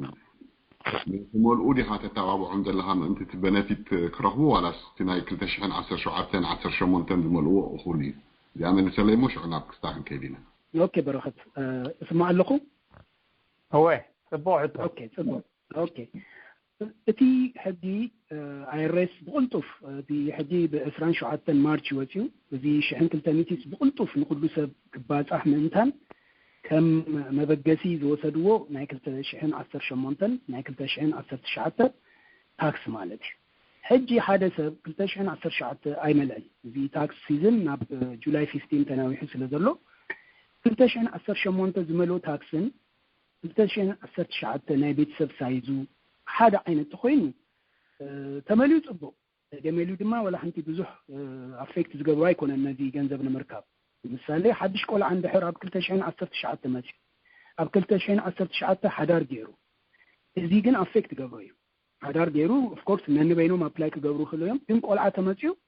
ንዑ ክረኽቡ ምእንተን ናይ 2019 ክመሉ ይግደዱ ማለት እዩ ከምኡ ተገይሩ ዝበለፀ ጽቡቕ ኸውን ማለት እዩ ሕጂ ካልንታዩ እቲ ድማ እቶት ኣሎ ትሬሾልድ ኣለዎ እቲ ገንዘብ ነእትዎ ገሊኦም ካብ 75,000 ንላዕሊ እንድሕር ሲንግል ኮይኖም ዝረኽቡ ተኮይኖም 2018 ጥራይ ተለዎም ኣብ 2018 ድማ ካብኡ ትሕት ተረኸቡ ሕጂ 200 ክረኽቡ እዮም ግን ኣብ 2020 ታክስ ክምላእ ከሎ ነቲ ኦቨር ወሲዶሞ ዘሎ ኣብ 2019 መሊሶም ክወስድዎም ማለት እዩ ስለዚ IRS ነዚ 2018 2019 ታክስ ዝበሎ ካልእ ክስታይ ስለ ዘይነበሮ እዩ IRS ናይ ኩልና ኢንፎርሜሽን ስለ ዘለዎ ብቐጥታ ገንዘብ ከእትዎ ክንደይ ወሲድሎም 27 ይትሕግ ወፂኡ ገንዘብ በኤፕሪል 11 እዩ ናይ መጀመርታ ቼክ ወፂኡ ክንደይ ግዜ ከም ዝወሰደ ግምት የቲና እቲ ብዘለዎም ኢንፎርሜሽን ጥራዮም ክገብሩ ዝኽእሉ ማለት እዩ 2019 ታክስ ምምላእ ጊዜው ተናዊሕሎ ኣፌክት ኣብቲ ፋሚሊ ሳይዝ ገለ ኣፌክት ዘይገብሮም ተኮይኑ ኣይግደዱን 2018 ከፍልዎም ዳሕራይ ኣስራን ድማ ሪኮንሳይል ወይም ድማ እዚ ኩሉ ከብል እዩ ማለት እዩ ሪኮንሳይል ክግበር እዩ ማለት እዩ ኣባ ግን ወሲኸ ዝብላ እንታያ ብዛዕባ ታክስ እንድሕር ዓሊልካ እዚ 200 ዝወሃበና ወይም 240 ታክስ ኣይምልከቶን ኣብ እስራን እቲ አንኤምፕሎይመንት 600 ወይም ድማ ተወሳኺ ካብ ስቴት ንረኽቦ ግን ታክሰብል ስለዚ ኣነ ኣድቫይስ ዝገብሮም ነዚኦም ሰባት እንድሕር ታክስ ተሓዞም ዘይደለዩ ኣብ ዝመጽእ ዓመት ብዙሕ ታክስ ከፍሉ ክእሉ እዮም ማለት እዩ እዚ ኣብ ግምት የትዮም እቲ ዝውስኖ ውሳኔ ሓሲቦም ሙሉ ክገብርዎ እንድሕር ታክስ ዊዝሆልድ ዝግበር ተኮይኑ እቲ ከፍሉ ከለው ብዙሕ ኣይሸግሮም እንድሕር ሕጂኖ እቲ ታክስ ተሓዝ ገንዘብ ተድልየና እዮም ተኢሎም ግን ታክስ ከፍሉላ ክቅረቡ ኣለዎም ታክሰብል እቲ 600 ፕላስ እቲ ናይ ስቴት ንብሎ ማለት እዩ ናይ ስቴት ኣቀዲምና ከም ዝገለጽናዮ ካብ ስቴት ኣብ ስቴት ስለ ዝፈላለ ክንድዚ ክንብሎ ኣይንኽእልና ተወሳኺ ካብ 600 ንላዕሊ ዝመጽእ ማለት እዩ እዚአን ዘለዋኒ ሓንቲ ክውስኸላ ባ ኣብ 2010 ካልእ ኣብ ታክስ ሓድሽ ዝወፀ እንታይ እዩ ቅድሚ ሕጂ ሓደ ሰብ ገንዘብ ንረድኤት ወይም ዶኔሽን ወይም ጊፍትስ ክህብ ከሎ እቲ ታክስ ዝመልኦ በቲ ቋንቋ ብትግርኛ ብዙሕ ስለዘይፈልጦ ሶሪ ኣይተማይት ዝበሃል ኩሉ ካብቲ 12,200 ንላዕሊ ተኮይኑ ወፃኢታቶም ናይ ገዛ ሞርጌጅ ገለ ተወሳሲኹ ኣብዩ ዝኣቱ ነይሩ እቲ ሓገዝ ወይም ዶኔሽን ንብሎ ሕጂ ግን ኣብ 2020 ሰብ ምእንታን ክሕግዝ ስለ ዝኽእል ኣብዚ ግዜ እስካብ 300 ብቐጥታ ዲዳክተብል ወይም ይቕነስ ማለት እዩ ነዚ ድማ ኣድቫንቴጅ ኣብ 2020 እንድሕር ዝኾነ ጊፍት ይብኩም ዶኔሽን ይብኩም ሪሲት መሓዝ ኣድላይ ይኸውን ቴንክ ዩ ኦኬ غنينا هلا ابراهيم حراي ወይ ተድሮስ ጣይስዋ ነይሩ እንቅልጥፍ ኢለ ሓሊፉ ሰባት ፈልጥዋ ዝደሊ ነገር እያ እንታሳ ናይ 2018 ታክሲ ቦዶ ይጠቀሙ ወላ ቤንቲ ይጠቀሙ ዝብል ሓሳብ እንዲያ ሕጂ መጨም ታክሶ ማለኸሎ ምሳና ኣነ ዓሚ ኣነን ሰበይተይን 149,000 ጌርና ሎም ዓመት ግን 199 ጌርና ብናይ ሎም ዓመት መሰረት ንሕዳኽቡና ኮይኖም ኳሊፋይድ ኣይኮንና ብናይ ዓመት መሰረት ሂቦምና ኻኒ ክንረክብ ኢና ስለዚ ናትና ታክስ ኣፅናሕዮ ዝብሉን ኣለዉ ሕጂ እንታይ ያኽብሎም ደልየ ብዘይገድስ ናይ 8 ወሲኖም ብናይ 19 ኣብዚ ድማ ዘሎ ዓመት ኩሉ ባላንስ ክኸውን እዩ እንድሕር ደኣስኻ ብመሰረት ናይ 18 ረኺብካ ወሲድካ ፀኒሕካ ኣብ 19 ኻ ዝያዳ ገንዘብ ድሕር ጌርካ ፀኒሕካ ክትመሰኒ ኢኻ ተመሊስካ ካልእ እውን ብናይ 18 መሰረት ከምቲ ተድረስ ዝገለፆ ሓደ ቆልዓ ተወሊዱ ወይ ስኻ ሓዳር ጌርካ ወይ ገለ ድሕር ዝያዳ ክምፀካ ይግብኦ ነይሩ ብመሰረት ናይ 19 ድሕር ደይረኸብካ ፀኒሕካ ሽዑን ክውስኻካ እዩ ይኽብል ደልየ ኣህባብ ነጢራሕ ትኮን ተስፋ ገብር كرم I think نترتلا حجي برغت حدا 5-6 ዝኸውን ሕቶታት ብዓንሳ ክንወስድ ኢና ናብኣ መለሲና ናብ ሕቶታት Lydia Yeah, I have a question. Go ahead, نسمعك كلنا أبوين أدين أبزمسانا ينبرو every year tax claim نقبرو منا حتى can they get any kind of benefit? I know they can get simple other stuff, but can you explain them they can get it or they cannot get it? كرم فديت الله. Hello. حرّي كم يحديركم روحوا سافاسجان كلاتنا يغني لنا هذا عدل الذهبكمنا هذه تبهال كاتشكابيس أدني كلتا عمت بعد بيتي بهوتيل سرح نيرو أجيجن كلتا عمت خوينو تاك خد جمر تياتاك تخا أنا بعد بيتي أرهيت بشمي نيرا ليس هو سومن نسرح معلتي جن 73 هنا تاك ريتيرن كله بحال أنا ملأ أجي إمبلويمنت أبلاي كجبر دليسي أتمو داتا زيرو يبل مالتي أبيت شرح دبل متابنا أجي بزعبازي حبريتا أختمنا أنت خيلك تغني ليش كرم next okay أعطي حتى إذا يستملس باكيج نقول زلنا شحن كلتا 200 نقولها 500 قال زبال زلو أتي gross income ديوزر كندي gross income وي net income تقولنا كندي يكون زلو كملسكا وين خي ملسكا سي تي minimum وي maximum كندي يكون له minimum maximum كندي أزياء حتى كرم نوثق ده هو نوثق هذا عموش تشدشت نكبرامو شعون عن خدانا الملات يا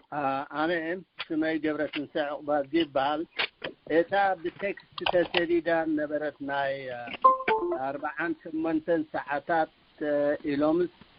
أبسوسا ساعات كوينو لو تبل إذا مجمريا أنا يحب زنيره كنملئ كلنا كله سوشيال إيميل مسؤون حدا زعبنا شكل تسجل نرنس كله مستملئ عاد طويلة بقام بعد دحر 4 شمنتن ملسي كتركبي خاتبل طاوع حلفنا انت سمعت قال ملون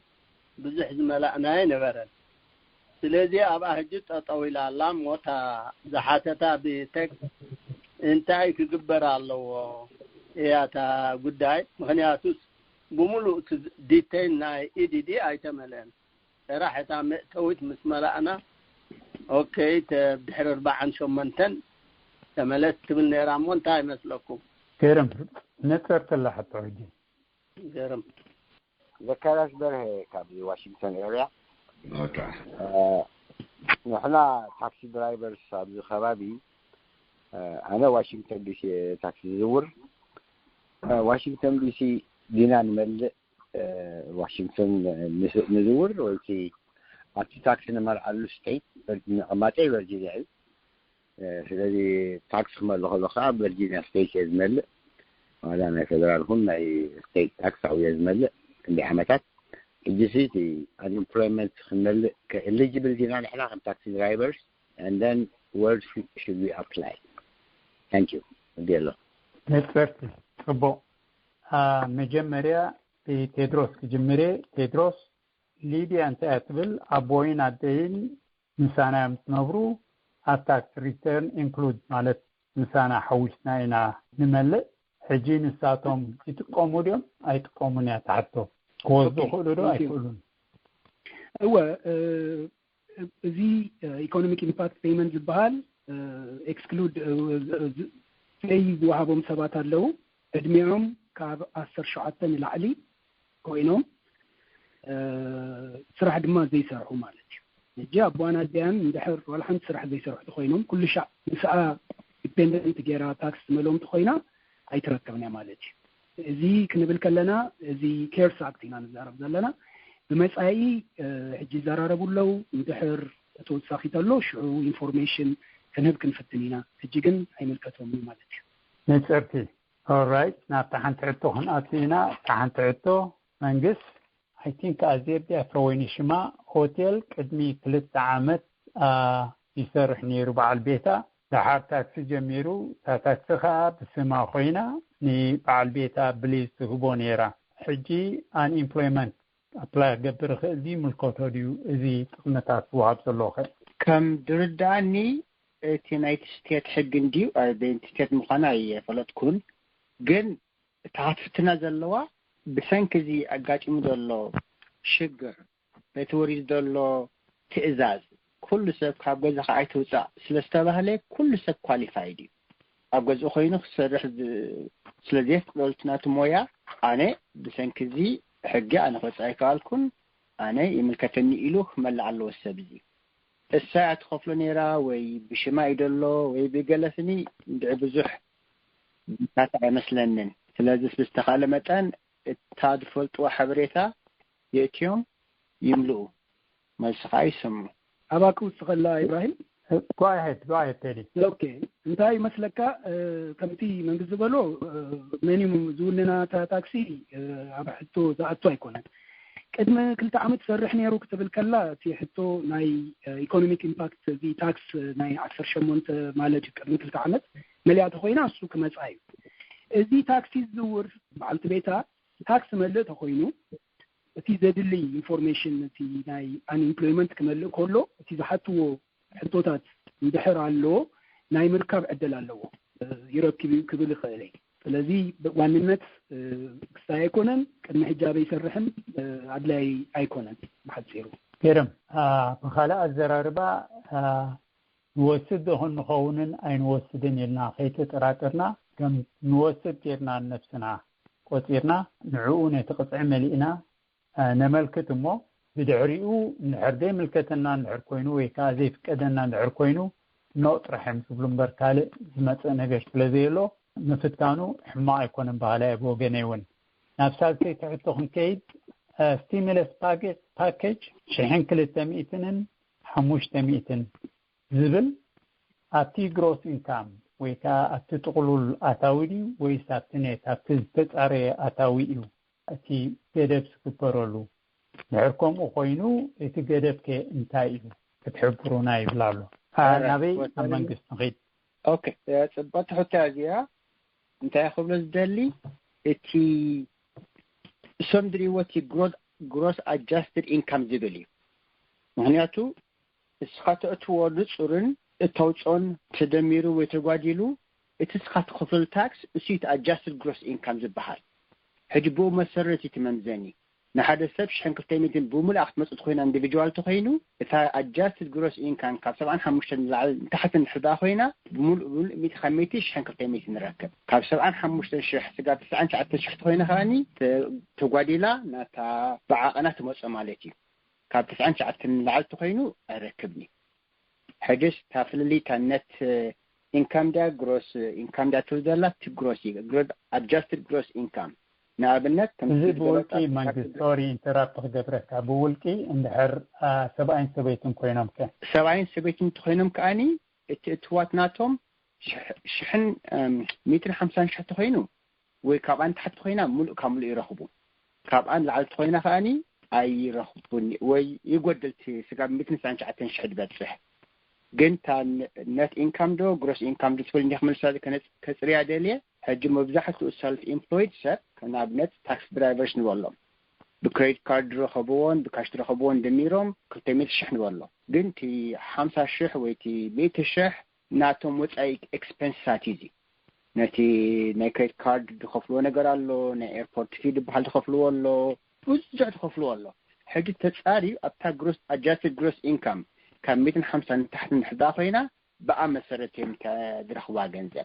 مبرت بتري زرخبو تدخلوا وصايات كيوص زرخبو بو مسرت ايكونن دمزونو زعما كرم بالضبط تيدي توس هلاند حردي بالكان افتر ربعيتكم كي يا يبلين اوكي جرم ربعيت عتو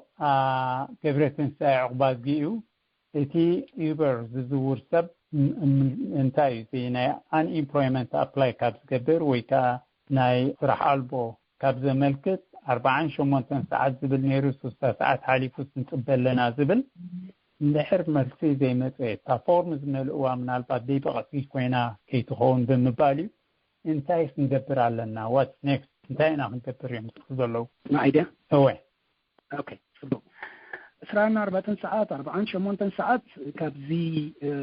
بزح ريو زلخوت لواحد ساعتي مالتي قدامي كمتي اقدم يزبلكو اسفان 23 وين اسفان 3 مليون حزبي يسرح وتي زلو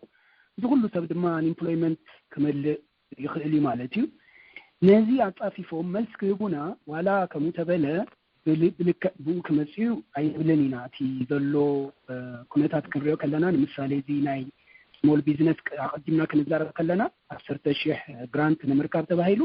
3 መዓልቲ መልስ ክንህብ ኢና የሚለው ግን ዳርጋ ክልተ ሰሙን መልስ አይነበረን ስለዚህ እቲ ጊዜ ዝብልዎ ኣብ ግምት ከየተና አፕላይ ክንገብር ከለና ኩሉ አማሊና አፕላይ ከምዝገበርና ኮንፈርሜሽን ወይ ድማ መረጋገፂ እንድሕር ረኺብና ክንጽበይና ዘለና ክንጽበይ ክንብል ከለና በብሴት ፈላለዩ ከምቲ ኣነ ዝረኣኹ ኣብ ቨርጂኒያ እንታይ ዝገብሩ እንድሕር ተቆፂርካ ትሰርሕ ተኾንካ ደብዳቤ መጻካ ደብዳቤ አፕላይ ከምዝገበርካ ከም ተቀበሉኻ ነግሩኻ ካልኣይ ደብዳቤ መጻካ ፒን ነምበር ይመጻካ ማለት እዩ ድሕሪኡ ዝኽፈል መጻካ እጂ ዝኽፈል መጻካ አይ ቲንክ ዝኾነ ሰብ እዚኣ ሓቲትዋ ነይሩ 00 ኢልና ዝብል ኣበይ ምዃኑ ኣይዝክሮኒ ካ 00 ትብል ዘላ ዝበዝሕ እንድሕር ቢግ ወርከርስ ወይ ድማ እዚኦም ኡበር ሊፍት ዴሊቨሪ ፍሪላንስ ንብሎም ማለት እዩ ከምኡ ተኮይኖም 00 ኢሉ ዝመጽእ ምክንያቱም ኣብቲ ስቴት ናቶም እትወት ሪከርድ የብሎምን እጂ ብምንታይም ቤዝ ክኾኑ ወይም ካብ ኡበር ዝረኽብዎ ወይ ድማ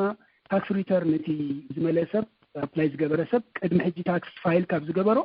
ግምት ክወስዱ እዮም ማለት እዩ እቶም ስቴት ሕጂ ሸጊርዎም ዘሎ ክልተ ነገር እዩ ሓደ እዚ ኤክስቴንድድ ዝኾነ ንኡበር ዝዝውር ሰልፍ ኢምፕሎይድ ንበሎም ብሓፂሩ ዘይነበረ ፕሮግራም እዩ ነዚ ፕሮግራም ምስቲ ቅድሚ ሕጂ ዝነበሮም ናይ አንኤምፕሎይመንት ኢንሹራንስ ፕሮግራም ኣብኡ የእትዮም ኣብ ስራሕ ክውዕል ነቲ ሲስተም ክቀራረቡ ብጣዕሚ ግዜ ሓፂርዎም ኣሎ ሰራሕተኛ ካብ ገዙ ይሰርሕ ተወሳኺ ሕፅረታት ኣሎ እቲ ሕጊ ተርጉሞም ዝድለይ ኣሎ ፕላስ እቲ ስቴት ድማ ክንደይ ገንዘብ ከም ዝህብ ነዚ ክዘራረብ ኣለዎ ብኸምሲ ክድንጉ ይኽእል ካልኣይ እቲ ፓንዳሚክ አንኤምፕሎይመንት አሲስታንስ ንብሎ ወይም ድማ 600 ዝበሃል ዘሎ ነዚ ድማ ካብ ፌደራል ገቨርንመንት ዝመጽእ ገንዘብ እዩ ነዚ ቅድሚ ሕጂ ካብቲ ዝነበረ ሲስተም ዲዮም ወይም ድማ ንበይኑ ካልእ ሲስተም ዲዮም ክኸፍልዎ እዚታት ግዜ ዝወስድ ነገር እዩ ስለዚ ብቐሊሉ እዩ እቲ ክግበር ዘለዎ ነገር ካባና ዝድለይ እንታይ እዩ አፕላይ ምግባር እቲ ስራሕናሉ ደሞዝ ቼክ ስታት ሪና ጽቡቅ ጌርና ክንመልኦ ይግባእ አድራሻና ኩሉ ጽቡቅ ጌርና እንድሕር መሊናዮ ደብዳቤ ክመጻና እዩ ክድንጉ ይኽእል እዩ ግን ምርካብና አይተርፍኒ ማለት እዩ አስሎንጋስ እንድሕር ሰሪሕና እንድሕር ከም ሰራሕና መረጋገፂ ተለና ናይ ምርካብ ዕድላት ኣለና ማለት እዩ ከምዚ ዝባሕጽ እዩ ቴዲ ቀነልና ምናልባት እውን ኣብቲ እነመልክቶ ስቴት ቁጥሪ ቴሌፎን ስለ ዘሎ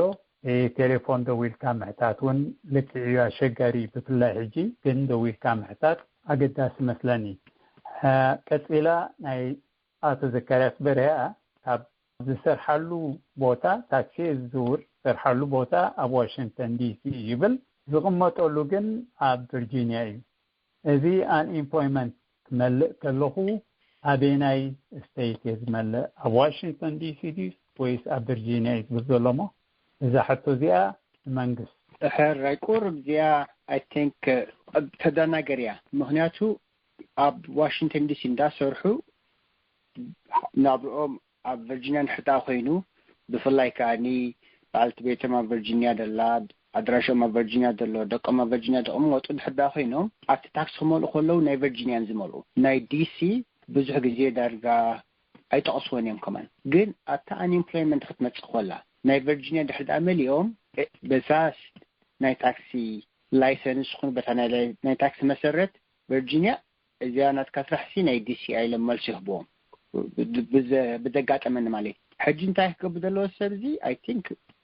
በዓልቲ ቤት ይኹን ዋላ እሱ ይኹን ብናይ ቨርጂኒያ ፍትንምሽ ቨርጂኒያ መልሲ ፅሩይ ንሕዳ ሂቦሞ እዚኣ ናት ናይ ኮነትን ናይ ዲሲ ኣትየሎሞም ናብ ዲሲ ከይዶም ከዓ የመልክቱ በታ ታክሲ ከማ ገይሮም ዝተዓወቱ ኣለዉ ስለዚ ከማ ፈትን ያህው ይደልን ዘካርያስ ኢብራሂም ክውስኸላ እዚኣ ቴድሮስ ቀጥል ጽቡቅ አንኤምፕሎይመንት ኢንሹራንስ ካብ ዝተፈለዩ እቲ ክንሪኦ ከለና ናይ ሌበር ዲፓርትመንት ፕሮግራም ኮይኑ እቶም ኤምፕሎየርስ ኢንሹራንስ እንዳኸፈሉ ፉታ ታክስ ይበሃል እንዳኸፈሉ ነቲ ሰራሕተኛ እንድሕር ስራሕ ምውፃእ ኣጋጢሙ ዝኽፈል ገንዘብ ማለት እዩ እዚ ከምዚ ክንብል ከለና እቲ መበገሲ እቲ ዘስራሕካ እዩ ዘስራሕካ ክንብል ከለና እቲ ዘስራሕካ ንምሳሌ ስራሕካ ኣብ ኦፊስ ተቆፂርካ ኣብ ዲሲ ትሰርሕ ተኮንካ ኣብ ቨርጂኒያ ተቐመጥ ኮንካ ዲሲ ኢኻ ተመልክት ታክሲ ክንብል ከለና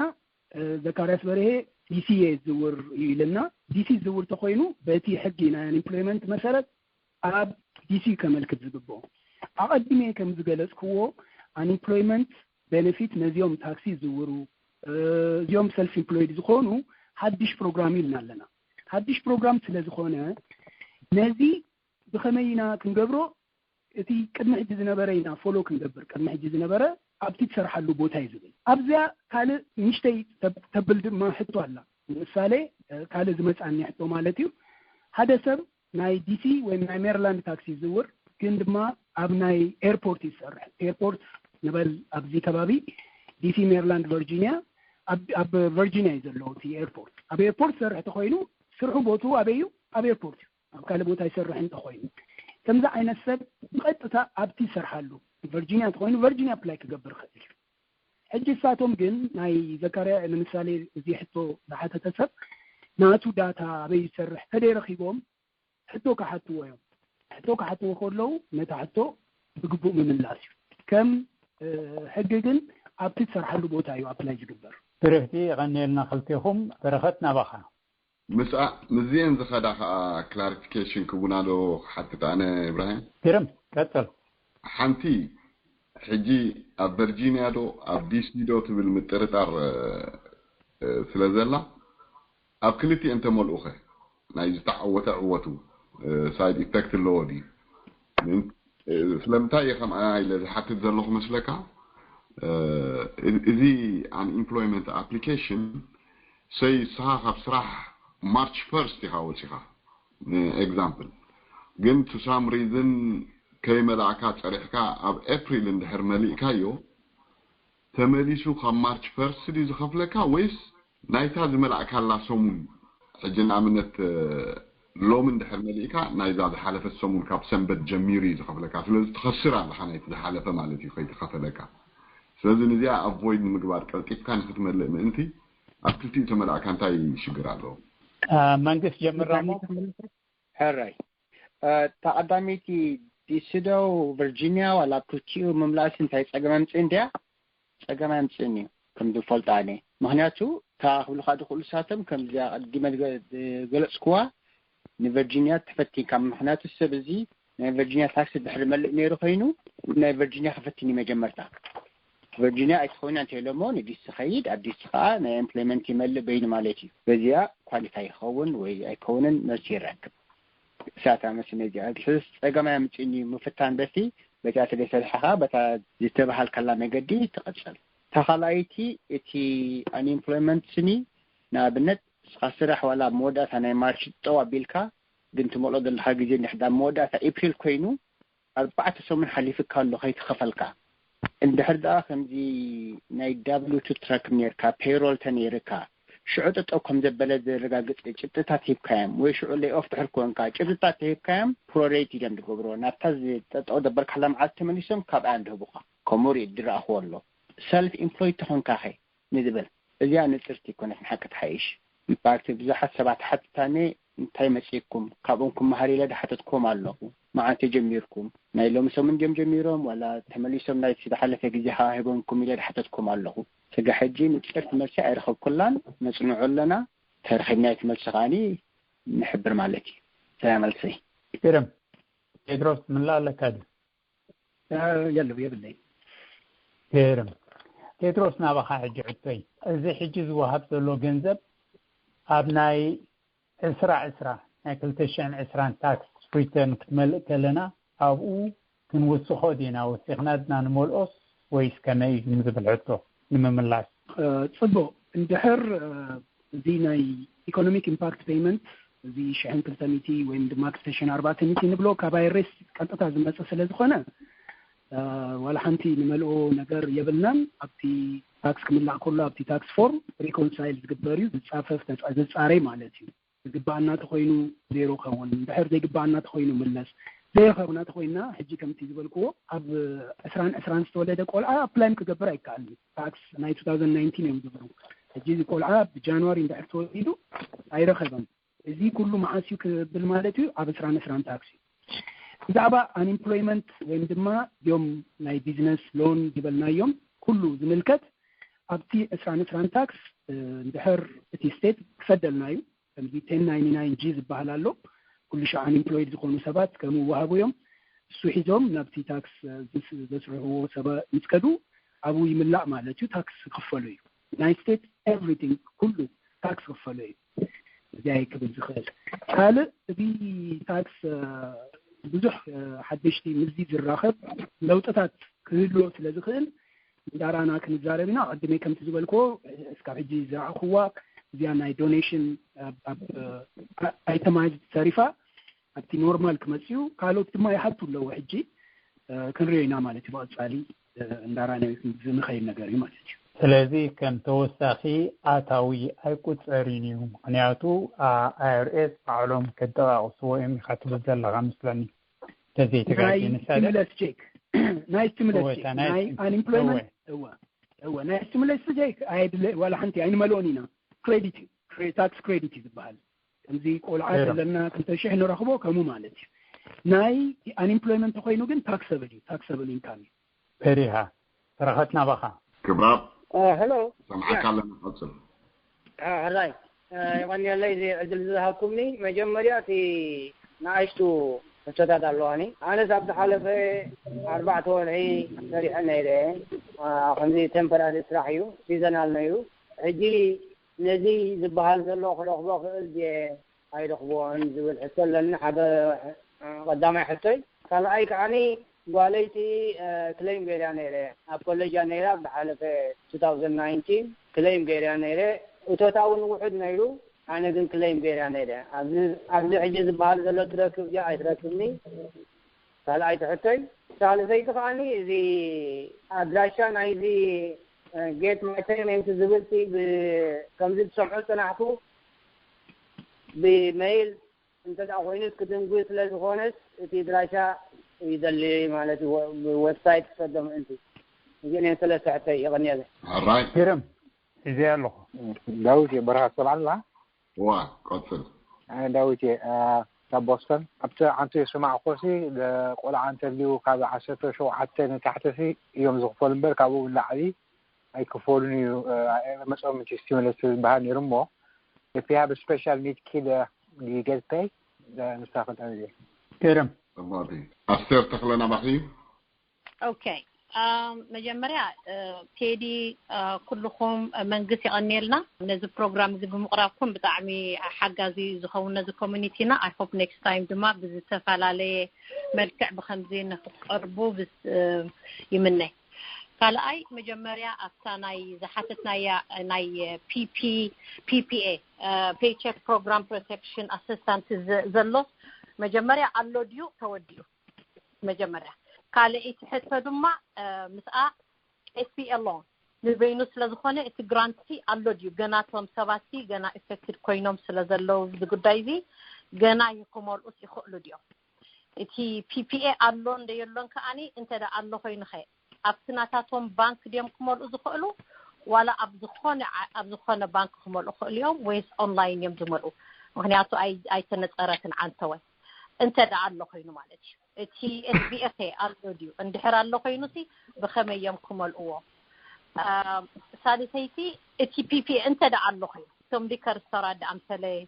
convenience store امثله دلو نعشتو بزنساتي يملكتهم ديو كنت 3 امبلويز اللوهم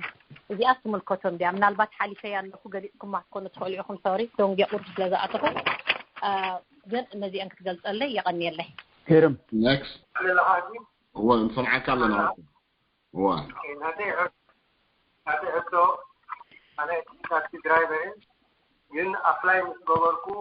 اي ورهاوس تو استاذ عربي انا جيم تاك نتعامل معها استماع بس ابور لازم تعمل ريبورت W2 بعمل verification block انا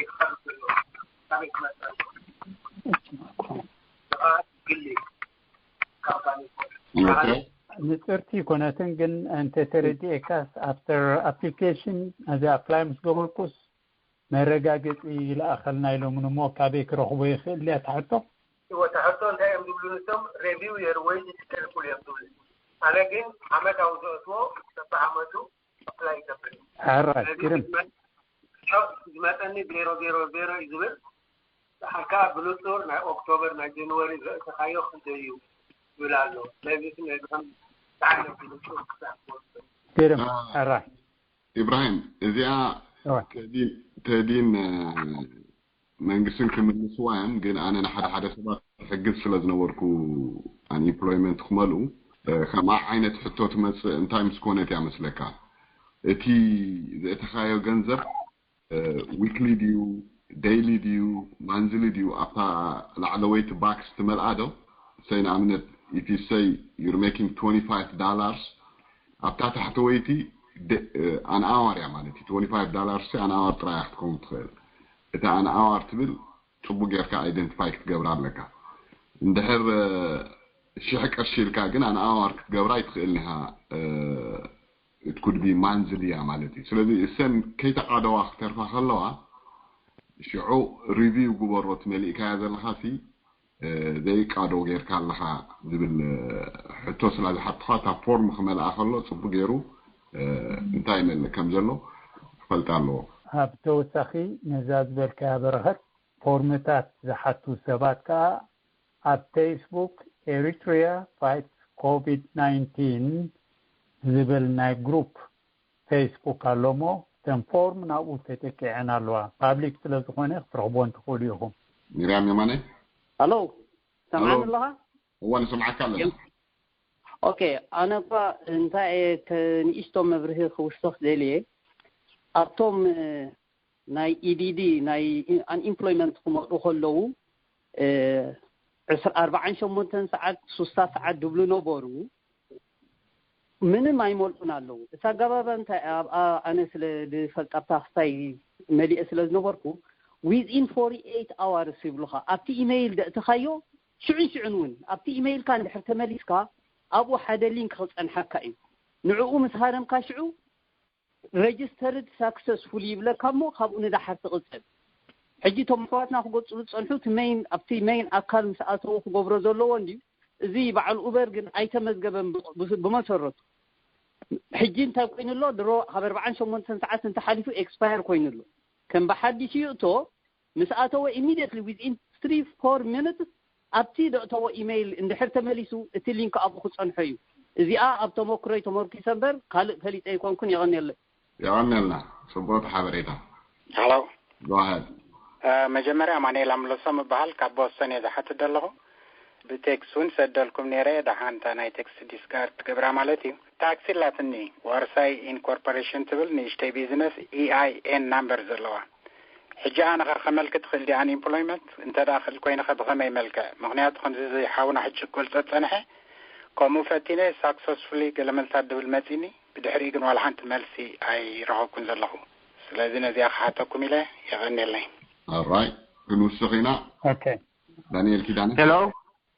ከመይ ትውዕሉ ኦኬይ ናተይ ሕቶ እንታይ እዩ እዚ በዓልቲ ቤተይ ካብ ስራሕ ለይኦፍ ተባሂላ ማለት እዩ ጂቢ ስራሕ እውን ኢምፕሊመንት እቲ ዘድሊ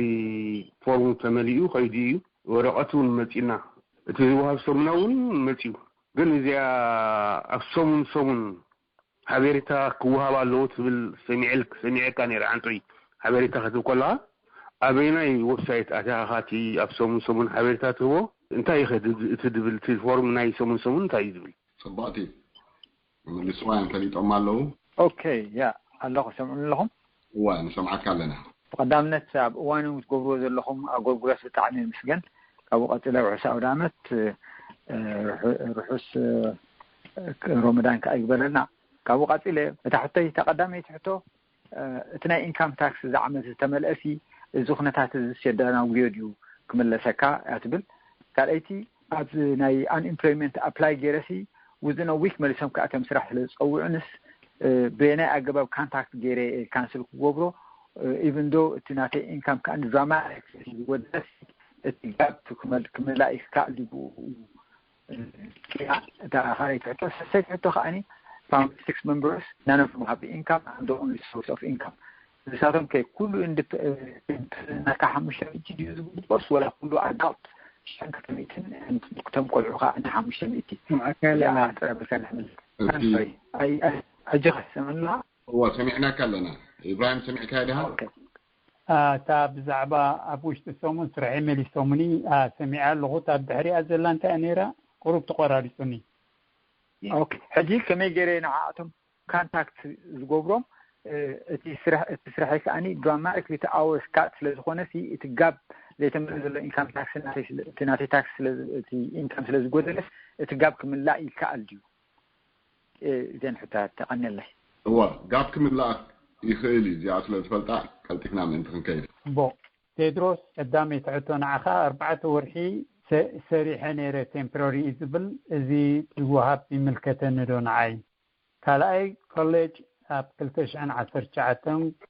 نقالي كليم كيري اب كوليج زلا مالتيو نساح تركب تخلو ثالثاي كاب وبستاي دونجي امو ات ويب سايت كتبونا إزبل تا ويب سايت كان سجلت كوف رهبات خيلها تنتري فنزلوا كلتي تدروس اعترابي كاتلنا اوكي ابو تاني مجمرتا سيزونال وركر زبلا 4 وركي سرحي لولو تاشي انت تمتي كرخباي unemployment أنا advice زقبرو مالتيو هجي كممكن بالكلنا أجمع زلو unemployment issuance program ناي state program خاب state ناب state فعلا ليه بخموي هجي advice زقبرو انتايو apply مقباري apply جيرو زرخبو زنا براتوت مخنياتهم في يوم state مدحر ولا وحد سرح كنقبلينا تايلهم tax withhold سلا زقبرو state أبو information على مالتيو يقبلوا قال يوم حجي سسبند جيرهم مولو زخونه سب ايفن سراح ابلاي جيرو رخيو كجمر كله دين حرته قاريسو كركب تباهيلو له ስለዚህ አድቫይስ ዝገብሮ ሲዝናል ወርከር ዋላ አሁን ነበር አፕላይ ከገብር and ተስፋለው ናይ ምርካበብል ጓለይ ዲፔንደንት ኔራ ታክስ ናይ 2019 ሚሊዮኔር ታይሉ ናቱ ኦሬዲ ረኺቡ ኮውን ተስፋ ገብር ናይ ጓሉ ሕጂ አይረክብም ክልተ ሓደ ምርጫ አለው እንታዩ በስራው ታክስ ናይ 2019 ናብቲ ታክስ ፕሮፌሽናል ከይዱ አሜንድ ምግባር አሜንድ ገይሩ ናአውቲው ሳድማ ተንባሐድሽ ታክስ መልጥ ድሕሪው ኣብቲ ነን ፋይለርስ ዝብል ናይ ሬት ሊንክ አሎ አቡ ከይዳ ፋይል ትገብር ከም ይመጻ ብኸሙ እቲ ሽዕንክል ተሚቲ ትረክብ ትኽእልያ ማለት እዩ ስለዚህ እቲ ሽዕንክል ተሚቲን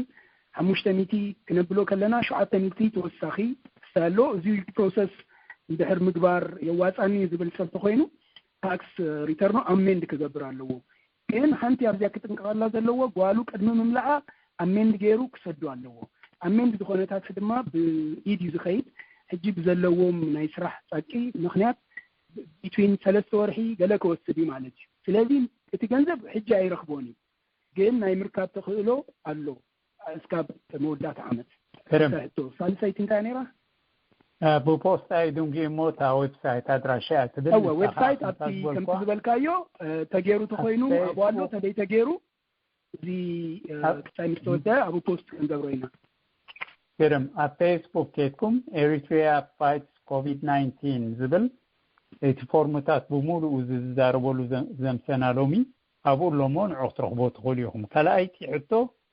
منقص نبخا داويتي كابوستن سبيشال نيدز لهم قلعت تحت 10 شعاتن يفقدوا لهم برع 10 شعات يفقدوا لهم من يسمعكم مثل نمو سبيشال نيد ويكا فولي كنكن نزيداليو سبات يفقدوا لهم دون تبلحتو منقص كتملسلنا نبخا كم درداني بتي دملعنا تاكس مسرتي من يركب من يركب اندوستان اتي قولع 17 عامات من تحت الديبندنت تنيرو نظام سدرا بيتو 500 بجبت ماصم اتي قولع 16 وين تحت خوينو تاكس ديما الانحدا خويني جن ازيا اوربا ريسيرش يقبركو انا لكم ምናልባት ቴድሮስ ተፈልጣት ኮይኑ ክምልሳ ይሓቶ ካለ እንድሕር 17 تحت ንላዕሊ ኮይኑ ግን ከም ትኩን ዝገብሩ ኣብቲ ሊንክ ኸይዱ ነታ من العفور مليئو كركب خيلي سبزي تدرس على كاتم لا حدا فولي كونكتنز دلي السب لعل 10 شعاتن دحر كوينو يركب دي ايركبني بالغولاديو اوكي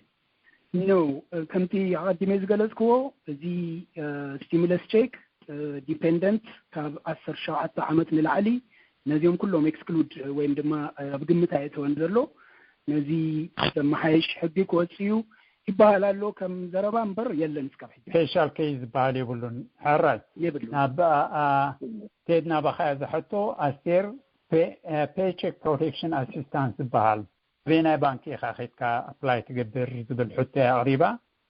ኣብ ባንኪ ድዩ ወይስ ኣብ ኤስቢኤ ሎን ኣፕላይ ክትገብሮ እንድሕር ኮንካ ከመይ እቲ ኣፕላይ ዝግበር ናብ ባንክ ኸይድካ ድዩ ወይስ ናብ ኤስቢኤ ሕቶ እንድሕር ኤስቢኤ ኮይኑኻ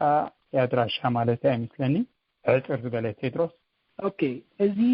ፒፒፒ ወይም ድማ ፔሮል ፕሮቴክሽን ፕሮግራም ዝበሃል ካብ ክልተ ክፋል ዘለዎ ናይ ስሞል ቢዝነስ አድሚኒስትሬሽን ዝወሃብ ሓገዝ ወይም ድማ ሎን ሓደ እዩ ማለት እዩ ክሕቷ እቲ ገንዘብ ኣሎ ድዩ ሕጂ የለን እቲ ኣፕላይ ዝግበረሉ ቦታ ድማ ኣብ ባንክ እዩ ባንክ ንብል ከለና እዚኦም ባንክታት መጀመርታ ካብ ስሞል ቢዝነስ ኣፕሩቭ ክኾኑ ኣለዎም ኣነ ኣድቫይስ ዝገብር ኣብዚኣ እንታያ እንድሕር ኦልሬዲ ኣፕላይ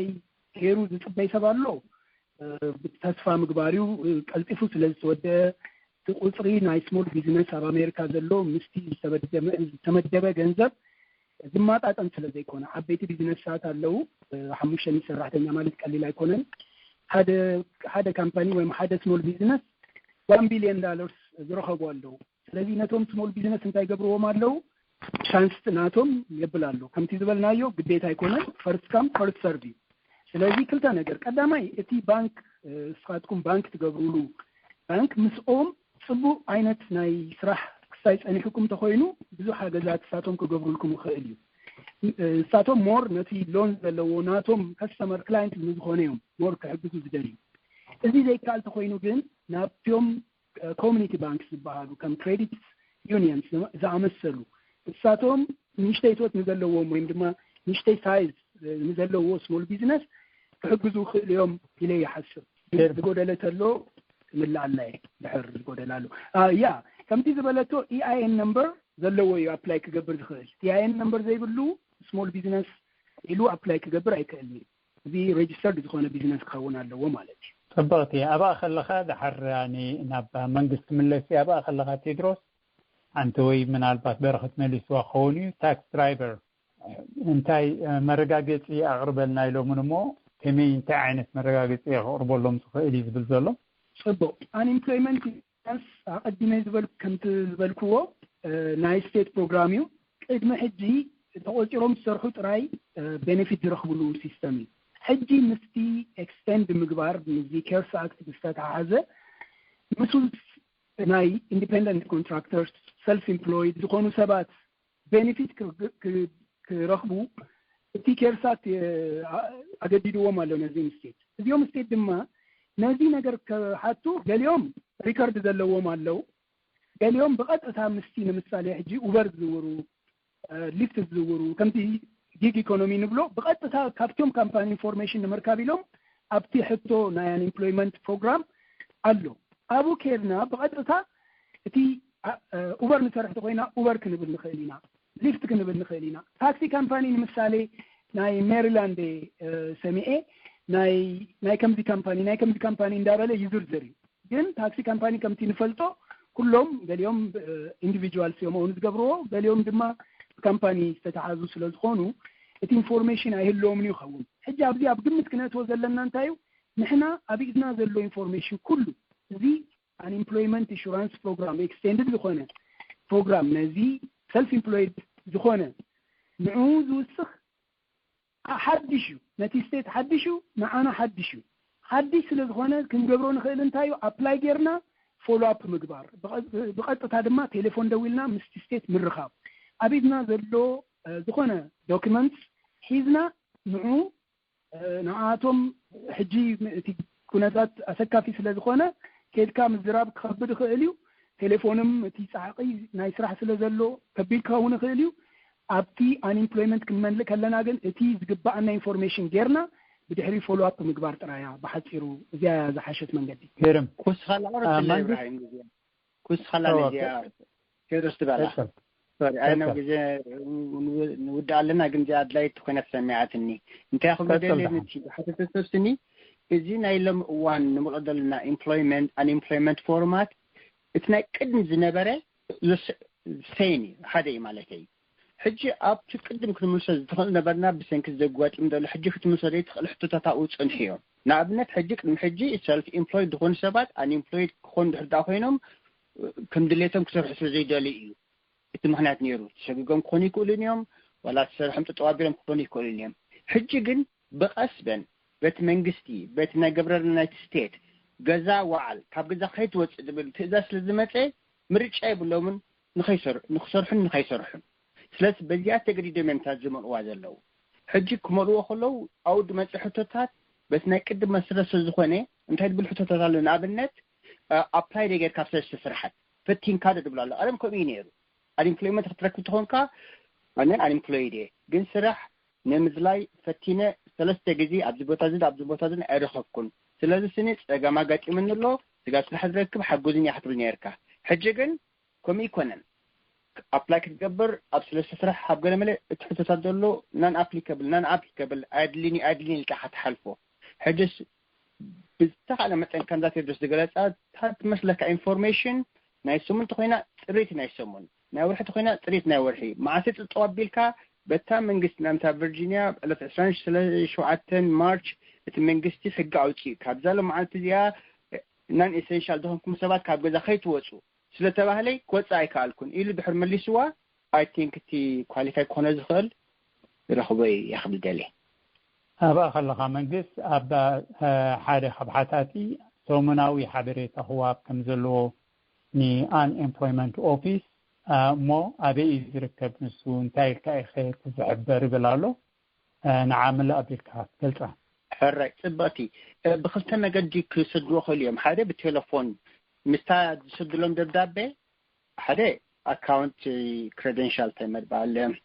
نابتي ويب سايت مأتوي user ID and password له بومس أتو account فكره ماله مالتي دي جات account ناتم كيدم يوم هو جنا دلله خسر حيرخبكم إلهم check ترايد قبروه ويتهذا حتى توا ملسي ملشلهم ويب تلفون ون دويلهم بتدري بس صعوبة دلهم أبي متى update قبراسا سومناوي بتلفون ده online ده حبريت هلا نعت رايم سعد الله حاجان هم ترد أكوا زلهم مزحتهم بتناتم account إتويلهم أو بتناتم information له نع يملوا مالتي سومناوي سنبتن سولسين تنكن معلتك كما تجرم تي بنفت يغسل تقطع معلتي تطويلات بحال نخل سب مالتي لا تمسي هراي تدرس نبه أحمد إسرع عسرت الشعاتة نهر مليكا تاكس ريترن نو مليئة تاكس ريترن زي يدونجيرو إذا بالمالتيو unemployed كوينة نيرا unemployment مليئة خبك عوش تسمو مليسوم كونتاكت جيرو من عسرع حلومني حجزي ناتي حقو أفضلو يمول أورن زبل برختو مليسوانير مثلاني ملسان دعردلي غانا عمالتي كالي نيماني أملسوم كابوستون تاكسي وارساي incorporation تبالالات نمو مسائر حكون أبلاي جيرو مسير خبن لازين تايتولني إذ بزلو نزي انكلتي أنا تعيزكا عميش رشتا حطو تاتنين نعينك من الاسمو بتحريو عتو جيرنا هن عصوة اوكي إبراهيم هاب نايمة رشتا حطو كجمري كان نايمة جمرتا أحسكو والنيري تعال نقرأ كامل اوكي صبو بيعملسوم زحاتة توحدتو كمتي أقدمي زغالسكو تي كامباني سو ذلو كامباني ريجسترد ديو قدامي زيها EIN نمبر اللوو هو اللوو بعدو يسرح ديو بلاس سرحتنياتات اللوو دو زبيل حطو اللوو سرحتنياتات اندحر اللوو سرحتنياتاتو كحطو خئليوم السوقن ناتو بيتا نقر اللو هذا سول بروبرايتريو اللي لسي تقوينو ناتو كساي أيكلني انتاي كقبر زخيل جين if اسكورب كتقوينو اسكورب زباهل اللو بيزنس اليوم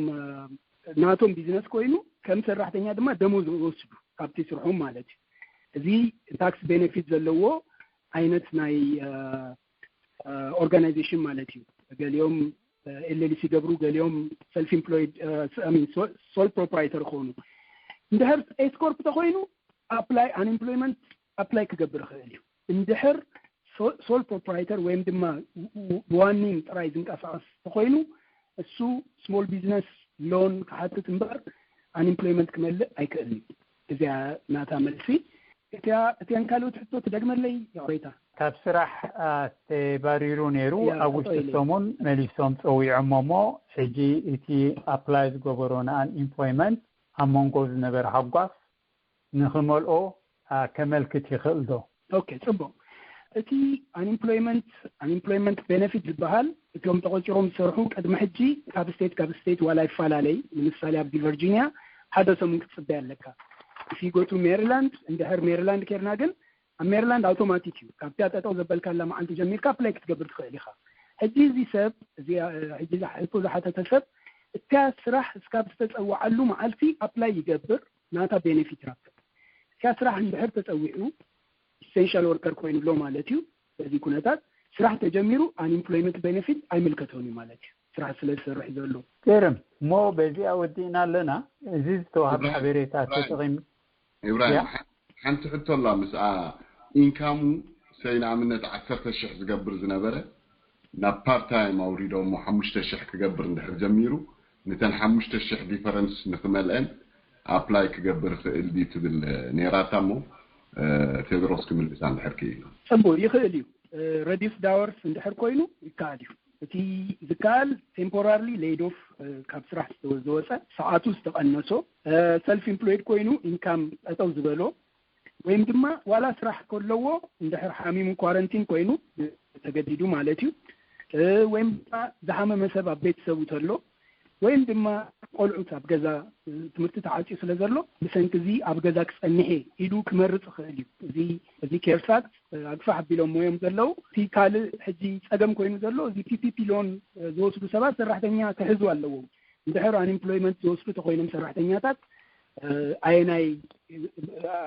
ዝተወሰኑ ሰባት እቲ አንኢምፕሎይመንት ኢንካም ፕሮባብሊ ዝበለፀ ክኸውን ይኽእል እዩ ምስቲ ዘወሳኺ ዘሎ ስለዚ እዚአን ኣገባባት ወሲድና እዚ ኩሉ ዘማልእ ሰብ ኣፕላይ ክገብር ይኽእል እዩ ሕራይ ወዲእና ኢና መስለኒ እሞ እዚ ዝተዋህበና ሓበሬታ